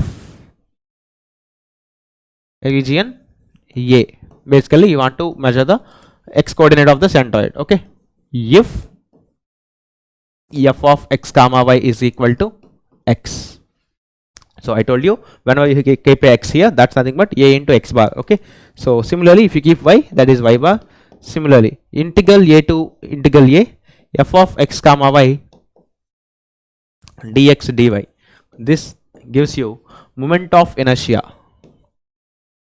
A, moment of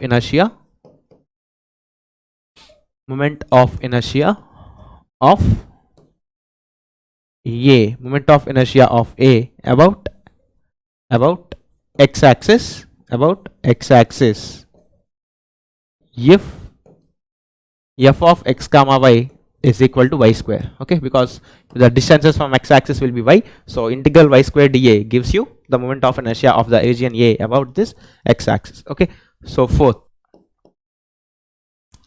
let us see, integral over A f of x comma y dx dy, this gives you polar moment of inertia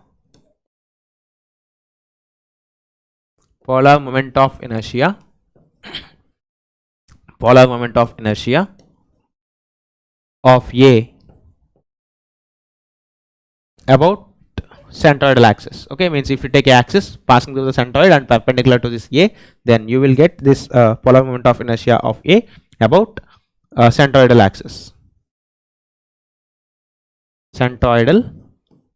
axis. If f of x comma y is equal to x square plus y square. Okay, so all these are very much beautiful applications that we use in all our derivations of engineering mechanics and strength of materials, all these subjects basically. Okay, so anyhow, some of you might be using them day to day to calculate centroids and all, but right now this in mathematics, of course all these things deal with mathematical integrations, of course in double integration that too. So I have thought of giving you this. Okay, and this is not change of order of integration. I'll come to change of order of integration, which is the last topic in this multiple integrals. Okay, so let us see here.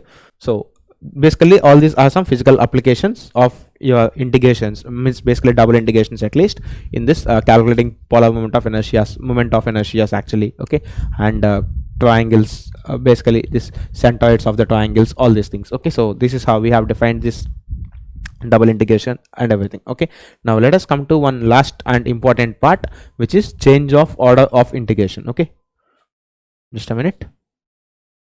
Okay, so yes, let us come to the last part of this video, which is change of order of integration. Means sometimes if you want to calculate the integration directly, it is not very much feasible actually. Okay, so what we do, we actually change the order. So what are the things we need to consider while changing the order of integration, and at the same time how we should change the limits? Because many times students make this mistake. Whenever I tell them order of integration, or they see some question on order of integration, what they do generally is they'll just change the dy and dx placement. Okay, and they'll start integrating. They don't change the limits of integration. That's a big mistake. Okay, because you cannot integrate the function with respect to x and substitute y limits there. Okay, you cannot do that obviously. So that's one big mistake that generally people commit at level. So let us see how we actually calculate the how we actually do the change of order of integration. Okay, so let us see here.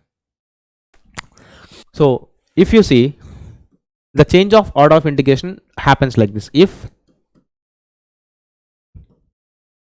f of x comma y is continuous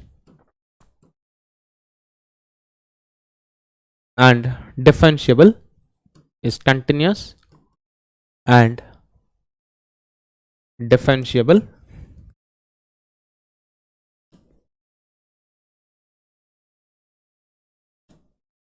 at every point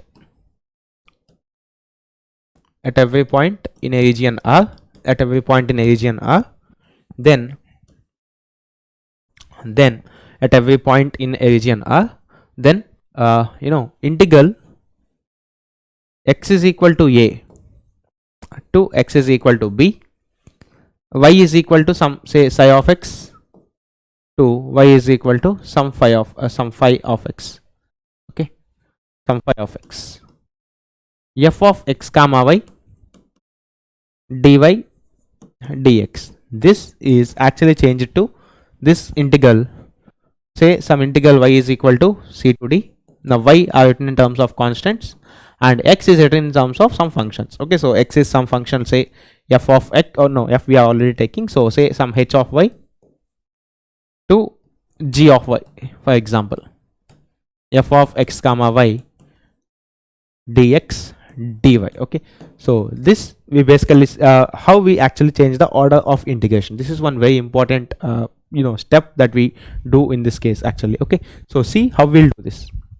Normally my main idea is to tell you that these four limits will change. Okay, when you are changing the order of integration, it's not only like, let us suppose actually you are first integrating with respect to y, it's not like only you are integrating with respect to x, but also these limits change. Okay, and whenever you are not changing the limits, the mistake that you are committing is you are integrating this function with respect to x and you are substituting y limits. Okay, so that's a big actually blunder that generally people commit. So now let us see how we can actually do the change of this order of integration. I'll help you out with the help of an example. For example, so let I is equal to integral x is equal to 0 to integral x is equal to 0 to 4, let us say 4. Similarly here let us say 2 times of square root of x into, okay, x square is equal to 4y. If you take x square is equal to 4y, so let us take 2 root x here, 2 root x here, and x square by 4. Let us take like this, x square by 4. Okay, so when you draw, generally you'll get x square is equal to 4ay. Okay, fine. So let us suppose these are the limits. You have some function. Okay, for example, say f of x comma y dy dx, f of x comma y dy dx. Let us suppose this is some integration. Okay, now let us suppose if you want to change the order of this integration, how you will change? Okay, of course, first thing, if you want to change the order, is I is equal to integral f of x comma y. You will change the integrating variable dx dy is what you write. So here, if the first integrating variable is x, you should write x limits here, and these x limits should be in functions of y, and you have y limits which are some constants. Okay, so let us identify how we write these limits, because once you write the limits, then doing integration is known to you. So let us first identify the curves which are here. So the first integrating variable is y, and of course if you see, these are functions of x. So if these are functions of x, then these are limits of y actually. These are limits of x. So let us identify the four curves which are present actually.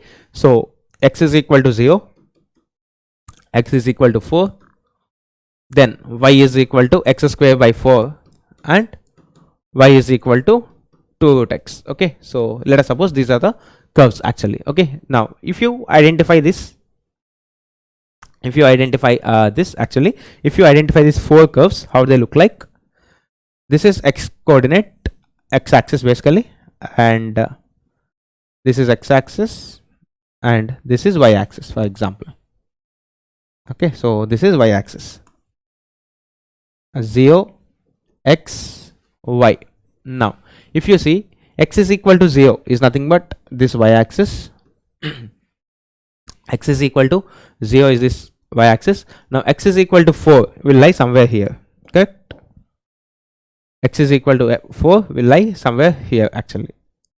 X is equal to 4 is somewhere here. X is equal to 4.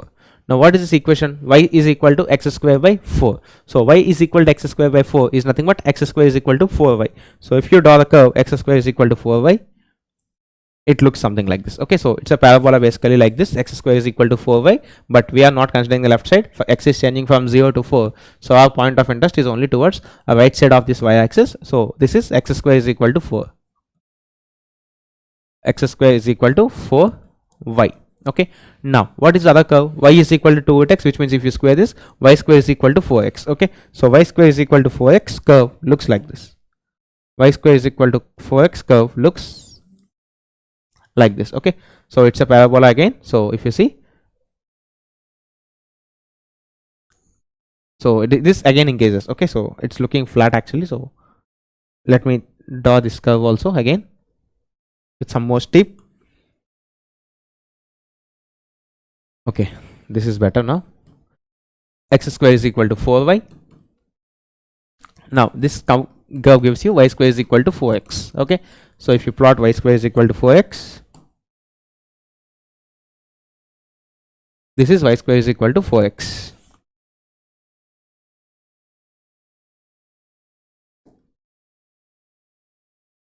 Y square is equal to 4x. Now normally when they have given this integration, if they are writing y limits, they have taken the vertical strip for the small consideration of area. Okay, so when they are writing this small area dA, what they have done is they have taken vertical strip when they have written the y limits. So here if you see, let us take the x limits now. Okay, so if you want this x limits, let us take a horizontal strip here. Let us take some horizontal strip at this location. So if you take some horizontal strip at this location, so what are the limits of this horizontal strip? You see, from 0 to 4, as you keep on moving this curve from 0 to 4 at this location, left limit of this strip is always controlled by this green curve, and the right strip of this curve is always a right limit of the curve of this strip is actually controlled by this yellow curve. So what is this equation? X is equal to y by x is equal to y square by 4. So this equation is x is equal to y square by 4. And what about this equation? That is here, this equation is x square is equal to 4y, so x is equal to 2 times of square root of y actually. Okay, so x is equal to 2 times of square root of y. So if you do this integration, sorry, again I have given the same equation. So what? Y is equal to x square, y is equal to x square by 4. Okay, fine. So we got y is equal to x square by 4 and x is equal to 2 times of square root of y. Okay, fine. So if you see, the left limit is x is equal to y square by 4. So this limit is y square by 4 and this upper limit is 2 times of square root of y.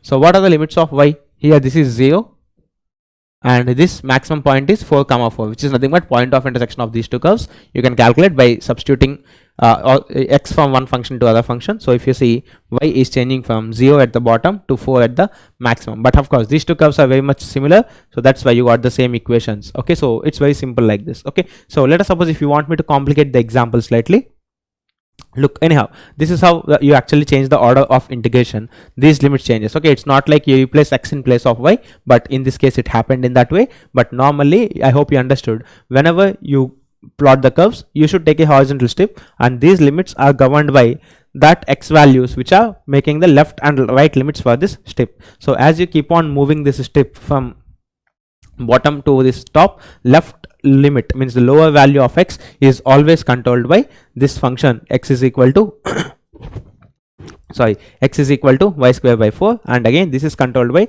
x square is equal to 4y actually. Okay, so x square is equal to 4y. So if you do the integration, you will end up with the things like this actually. Okay, so now if you want to talk about a simple or some other example, because this gives some ambiguity that you may feel that you have just interchanged x as y. No, that's not the case.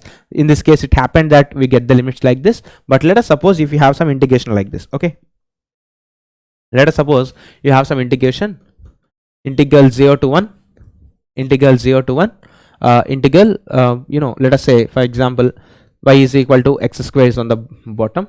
So if you see, this is y is equal to x square, and let us suppose this is y is equal to x for example. Okay, so x square to x dy, f of x comma y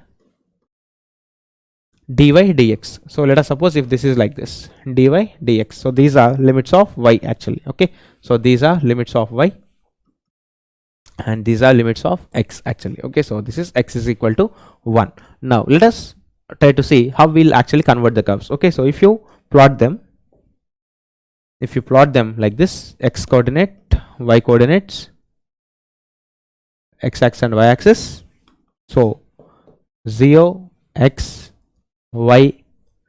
Now if you plot these curves actually, you will try to understand. Now this is y is equal to x square,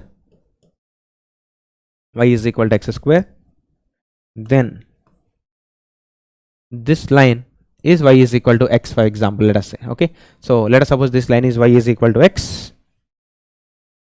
this is y is equal to x, and these two are definitely intersecting at the point 1 comma 1. Okay, so these 2 points are intersecting at the point 1 comma 1, let us say. Now if these two curves are intersecting at this point 1 comma 1, now try to understand one thing. Here these are y limits, so you have taken a vertical strip actually. Here you have taken some vertical strip. So when you have taken a vertical strip, your integrating variable is y, so you have identified y is changing from x square to x actually. So y is changing from x square to x, and this point of intersection is 1 comma 1. So the maximum value of x and the minimum values of x, if you talk about, the minimum value of x is 0 and the maximum value of x is 1 actually here. So that's how x limits are changing from 0 to 1, y limits are changing from x square to x. That's how you got this limit. Now if you want to change the order of this integration, I is equal to integral f of x comma y dx dy. So if you see, now if you want to take the first integrating variable as x, you need to go for a horizontal strip actually. So if you take this horizontal strip, let us see what will happen.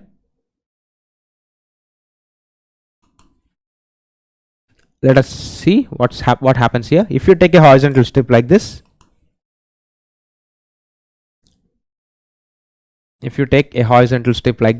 then if you see, this equation has x is equal to y and this equation has x is equal to square root of y. So if you see, this is governed by x is equal to y to x is equal to square root of y. Okay, so this limits x square, x got changed to y and square root of y. Similarly here the y values will change from 0 to 1 at maximum. Okay, so this is how you actually change the order of integration whenever they give you certain functions like this. Okay, and I'd like to tell you one very important point here. Basically, somewhere I can tell about it. Okay, since we have done here, let me tell you here. Okay, so let us suppose I consider this integral I is equal to integral 0 to 1 1 by root of 1 minus x square into root of 1 minus y square dy dx, for example. Okay, now if you see, now let us suppose these are y limits because limits are also same. So let us suppose if you have y limits here and x limits here, if you integrate this 0 to 1, now when you are integrating with respect to y, you will treat the x term as constant. So 1 by root of 1 minus x square is constant when you are integrating. This is constant into 1 by root of 1 minus y square integration is sine inverse y within the limits 0 to 1 dx. So if you simplify this value in the bracket is actually a constant, correct? Sine inverse of 1 is pi by 2 minus sine inverse of 0 is 0. So this bracket gives you a constant which is pi by 2. So let us take pi by 2 out of the integration. Pi by 2 times of integral 0 to 1 by root of 1 minus x square dx. So this is again one more sine inverse x. So when you substitute the limits, you have total pi square by 4 as the result. But here I would like to tell you one point. Look, if you have this integration like this, integral x is equal to a to x is equal to b, integral y is equal to c to y is equal to d. Let us suppose all the 4 are constant. Okay, there is no function here, all the 4 are constants. F of x comma y dy dx. Let us suppose if we have this, then this value will be same as, let us suppose if this f of x comma y can be split into this phi of x into psi of y, means it's like in variable separable form. Let us suppose if you have x square y, or here if you see this is again variable separables, means you can write this complete function as product of a complete function in terms of x into product of some complete function in terms of y. Okay, so let us suppose if we can split like this, then this integration value which you will get when you calculate will be same as integral x is equal to a to x is equal to b, this phi of x dx. It's a one variable integration. This value multiplied with x integral x is equal to, y is equal to c to y is equal to d psi of y dy. Okay, so this is how you can get this integration, means just by splitting it into two single variable integrations, and if you multiply them, that's how you will get the answer in this case. Okay, so it's very simple, but at the same time, you need to do it carefully. For example, if you split this into two integrals, you will end up with getting two integrals like this, yes or no? Integral 0 to 1 by root of 1 minus x square dx into integral 0 to 1 by root of 1 minus y square dy. So both gives you pi by 2, and the answer is going to be pi square by 4 actually here. Okay, so that's how this integration is actually helpful to you. Clear? So please type in the chat box, is this clear to all of you?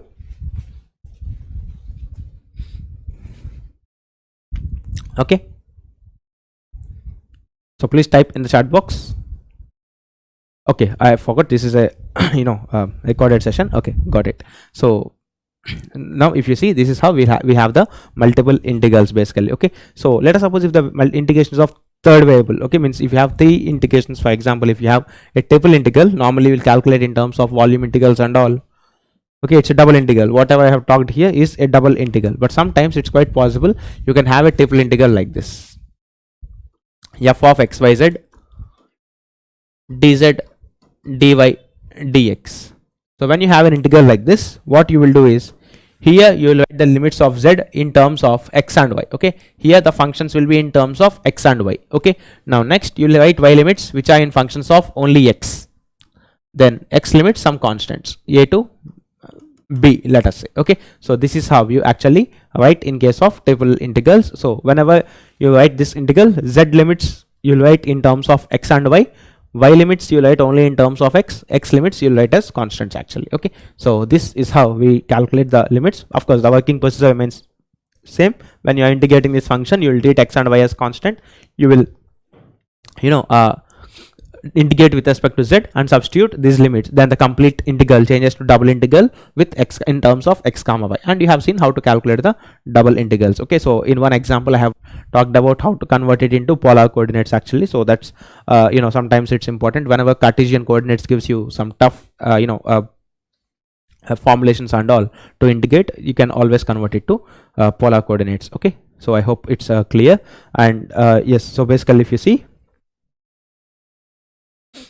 okay, so yeah, so I hope I have covered everything actually. So let us once have a quick revision of what we talked about. So basically that's the multiple integrals that I thought of taking in this. So that's how we covered each and every topic or subtopic, let us say, that I have told here. So this is a single session, means basically if you see sorry, so if you observe carefully, we actually we are actually doing this for the GATE 2023 most effectively, because if you see for GATE 2023 there is some very little time that is left. So taking live session and spending 2 hours, then it takes some long duration to complete the syllabus. So that's why this one shot series is one very good preparation thing for before the GATE examination actually. Okay, so if you follow this thoroughly within 7 to 8 videos, or 8 videos if you take, or 9 videos at maximum, you will definitely get all the good points that are enough for writing all the 13 marks in mathematics. Okay, and as I told you in one of my sessions in YouTube on this channel, you always 13 marks for maths is actually some direct questions what they ask in mathematics. But if you want to excel in all the technical subjects, definitely mathematics is one very strong fundamental subject. That's why even my main points of subjects are fluid mechanics, thermodynamics, these kind of subjects. But again learning some good maths is making me to teach engineering mathematics as well, because all the integrations is taken fluid mechanics, or not only fluid mechanics, in general any subjects, technical subjects that involve a lot of calculus especially, okay, and sometimes they involve vector calculus, which we are going to deal in maybe hopefully in this week, upcoming week somewhere, okay. So all these are some basic tools for doing well in the technical subjects, okay. So please do well in mathematics course, and okay, and let us quickly revise that, revise what we have seen basically. So we have seen the necessity of this multivariable functions. T is equal to t of x comma y.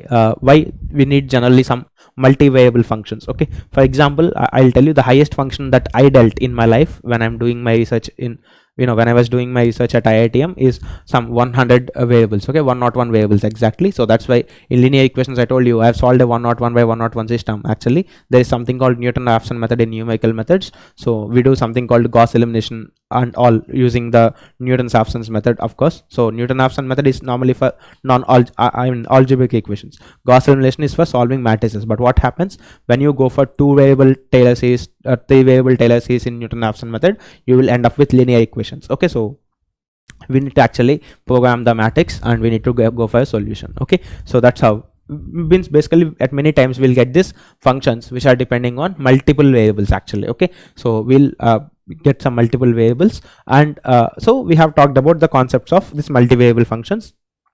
We have talked about limits. So we have taken in single variable calculus, if you see, if a point has to approach a particular, if x has to approach a particular point, there are only two ways which are here. But in case of this two variable calculus, if you want to approach this point a comma b from its neighborhood, there are infinitely many ways. So these limits are generally calculated along one of the standard ways that the point can approach the actual a and b values here, okay. So that's how we have observed the limits actually in this case, and we moved on to the concept of continuity. So the mathematical condition again for the continuity of a function is limit x tends to a, y tends to b, f of x comma y is equal to f of a comma b, okay. So we have talked about this again. So what is continuity and all. So then we moved on to the definition of partial derivatives, p and q values. So yeah, we have understood that if f of x comma y is a continuous function, then the partial derivative of f with respect to x is given by some value like this, okay. So we have made some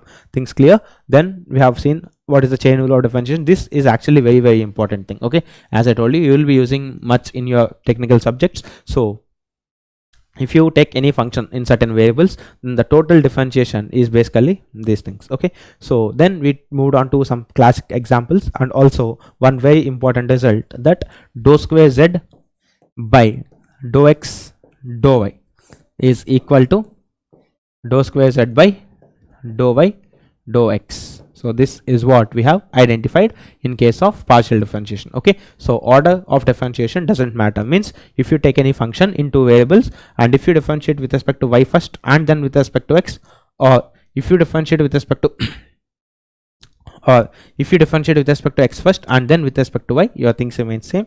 And finally, if you see, f of x comma y is continuous and differentiable, and f of x comma y is a homogeneous function of degree n, then this is how we have the result as per the Euler's theorem. So I have told you, if you don't know Euler's theorem, it's a big I mean, this is a simple example, so still you got some 3 to 4 steps actually.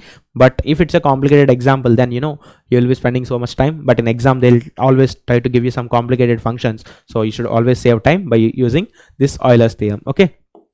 We have seen one more case of Euler's theorem, that if f of x comma y is some split function kind of thing with different degrees of homogeneity, how you will evaluate the things, okay. And then we have seen sometimes this function itself is not directly homogeneous, but if you make slight modification, then these functions can be converted to some homogeneous things. So in that cases, I have shown you this x into dou a by dou x plus y into dou e by dou y is equal to this n times of f of u by f dash of u and all these values, okay. So what do I mean by tan u here? Yesterday I thought of telling you. So tan u.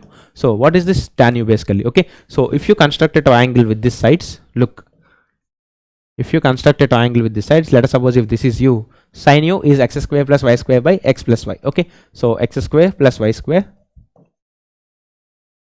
by x plus y, So now if you calculate this side using the Pythagoras theorem, you will get this in terms of x and y, correct? X square plus y square whole square minus x plus y whole square, square root and all you will get. So once you get that side, then tan u is nothing but x square plus y square by this dimension. Okay, so if you write expression for tan u as tan u is equal to x square plus y square by, let us suppose if this length is a, you got in terms of x comma y. If you write this, that's the answer basically you will get if you do this complete analysis. Okay, so anyhow, that's the case. And now if you see, we moved on to the concepts of maxima and minima, one very important concept again. So we have defined some classical working procedure. Means if you differentiate the first if you differentiate with respect to x and y, the first order derivatives should be 0, then you will come to know about the stationary points. So once you get the stationary points, you need to calculate this small r, small s and small t. Okay, now depending upon the conditions of rt minus s square and r greater than or equal to 0, r less than or equal to 0, we conclude on the existence of maxima and minima at that stationary point. But few times what happen sorry, so but few times what happens actually, these points, if rt minus s square is less than or equal to 0, then we can't comment on the existence of this maxima and minima. So such points where we cannot comment on this maxima and minima are called saddle points. Okay, so this is basically the saddle points. So now if you check out this, we have worked out 1-2 examples actually to analyze how we have actually worked out the procedure of calculating this maxima and minima. Okay, so p we have calculated, q we have calculated. When you solve this equation, you got the stationary point, you calculated r, s, t values. So if you check this mathematical conditions, rt minus s square and r value, we conclude that this is minimum. So minimum value of d square and all we have found there. So basically my main idea is to show you that if there is one function, how to find the extreme value of that function. That's what I have shown you. Similarly, one more example like this. Then we came to this important concept of constraint maxima and minima. Okay, so what is this concept of constraint maxima and minima? Normally whenever there is some function given to you, but majority times you cannot directly calculate the, means of course if you want to optimize to the full extent, you cannot do that because of some limitations from the variables. Okay, like in linear programming case, you see, for example, if a product has to be manufactured using 2 materials, then the limit of the quantity of the material gives some restriction. So similar to that, we'll have some function, but of course which the variables which are involved here are constrained by some equation. Okay, so phi of x y z is equal to constant. Then how to find the extreme value? So we found certain ways. Okay, so this procedure, I'm repeating, this procedure what you are talking here is same for both maxima and minima, because these kind of examples, they generally have only one finite extreme value, either minimum or maximum. The other will tend to plus or minus infinities in general. Okay, so that's what we have, and we have calculated the extreme values. Now I have given you one simple example here, and of course in this type of questions come very very much away in exam, but still this is also in the syllabus. So method of Lagrange's multipliers, so that's why I have talked about it. Now if you see, Taylor series in 2 variables. Okay, so this is one very important again series to generate any 2 variable expansion. So we have seen how we have deduced single variable Taylor series from the 2 variable Taylor series that's available. Okay, so this we have seen in the single variable calculus also, but here I have just shown you the conversion, that how this actually came from this 2 variable Taylor series. Okay, so that we have done. Then we have got to multiple integrals. So multiple integrals is like this. So if f of x comma y is continuous and differentiable, we have taken this function basically as this area of interest, and we have seen how we actually evaluate the multiple integrals. So the first variable of integration is decided by the limits on this integral. So if these limits are functions of x, then those functions of x are nothing but limits of y actually. Okay, so here in the integral you have y limits, and those y limits are in functions of x actually. Then you have x is some constant to some other constant, x limits. Okay, so we have seen this is the region that is formed. So here whenever the first integrating variable is y, we have actually taken the vertical strip. So if you take the vertical strip here, so if you take the vertical strip, what is happening here? If you take the vertical strip, then this vertical strip, if you move between the limits x is equal to a to x is equal to b, the lower boundary of this strip is constrained by psi of x. So lower limit is psi of x, upper boundary is constrained by phi of x. So you have this phi of x here. So you need to integrate this integral first of all with respect to y. So once you integrate this with respect to y, you will unsubstitute the limits which are in terms of x, you will convert everything in terms of x, and you will get a single variable integration. Okay, like you have done in all these cases. So if you see this example I have given you, and then we have seen some physical significance of this multiple integrals. Okay, whenever this is x, whenever this is y, whenever this is 1, y square x square plus y square, we have seen different examples. So I hope you have understood this integration mathematically is nothing but this area into x bar, which we have calculated from here, and this 8 cube by 12 and 8 cube by 12 both are of course matching each other.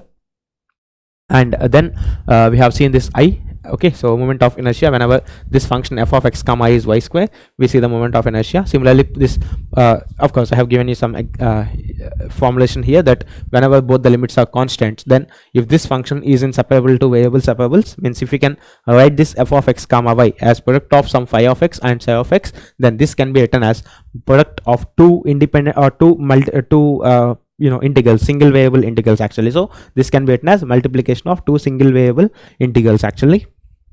And then we have seen by taking x square plus y square, intentionally I have taken this example because I want you to show the polar conversion actually. So dA, it can be written as dx dy in polar coordinates. I have shown you why this dA is equal to small r into di into d theta. Okay, normally if you have in a circle, if let us suppose if this is making an angle theta, then the area of this sector is theta by 2 pi into pi r square. Okay, so of course theta should be in radians, so because you are writing 2 pi here, if you write theta in degrees, this bottom denominator should be 360. Okay, so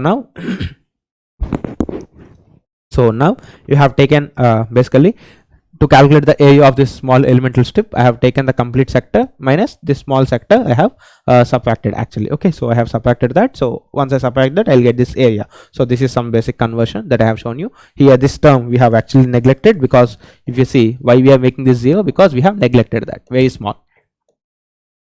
Then 2 gets cancelled, so that's how we have seen. So I have converted this Cartesian integration into polar integration, and this basically full circle is pi d power 4 by 32, which is the polar moment of inertia that you see in your strength of material subjects or machine design, all these things. So moment of inertia. Now once you see, we have summarized what we have learned actually.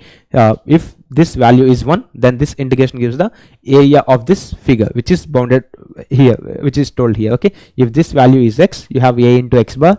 If this value is y square, moment of inertia of a about x axis.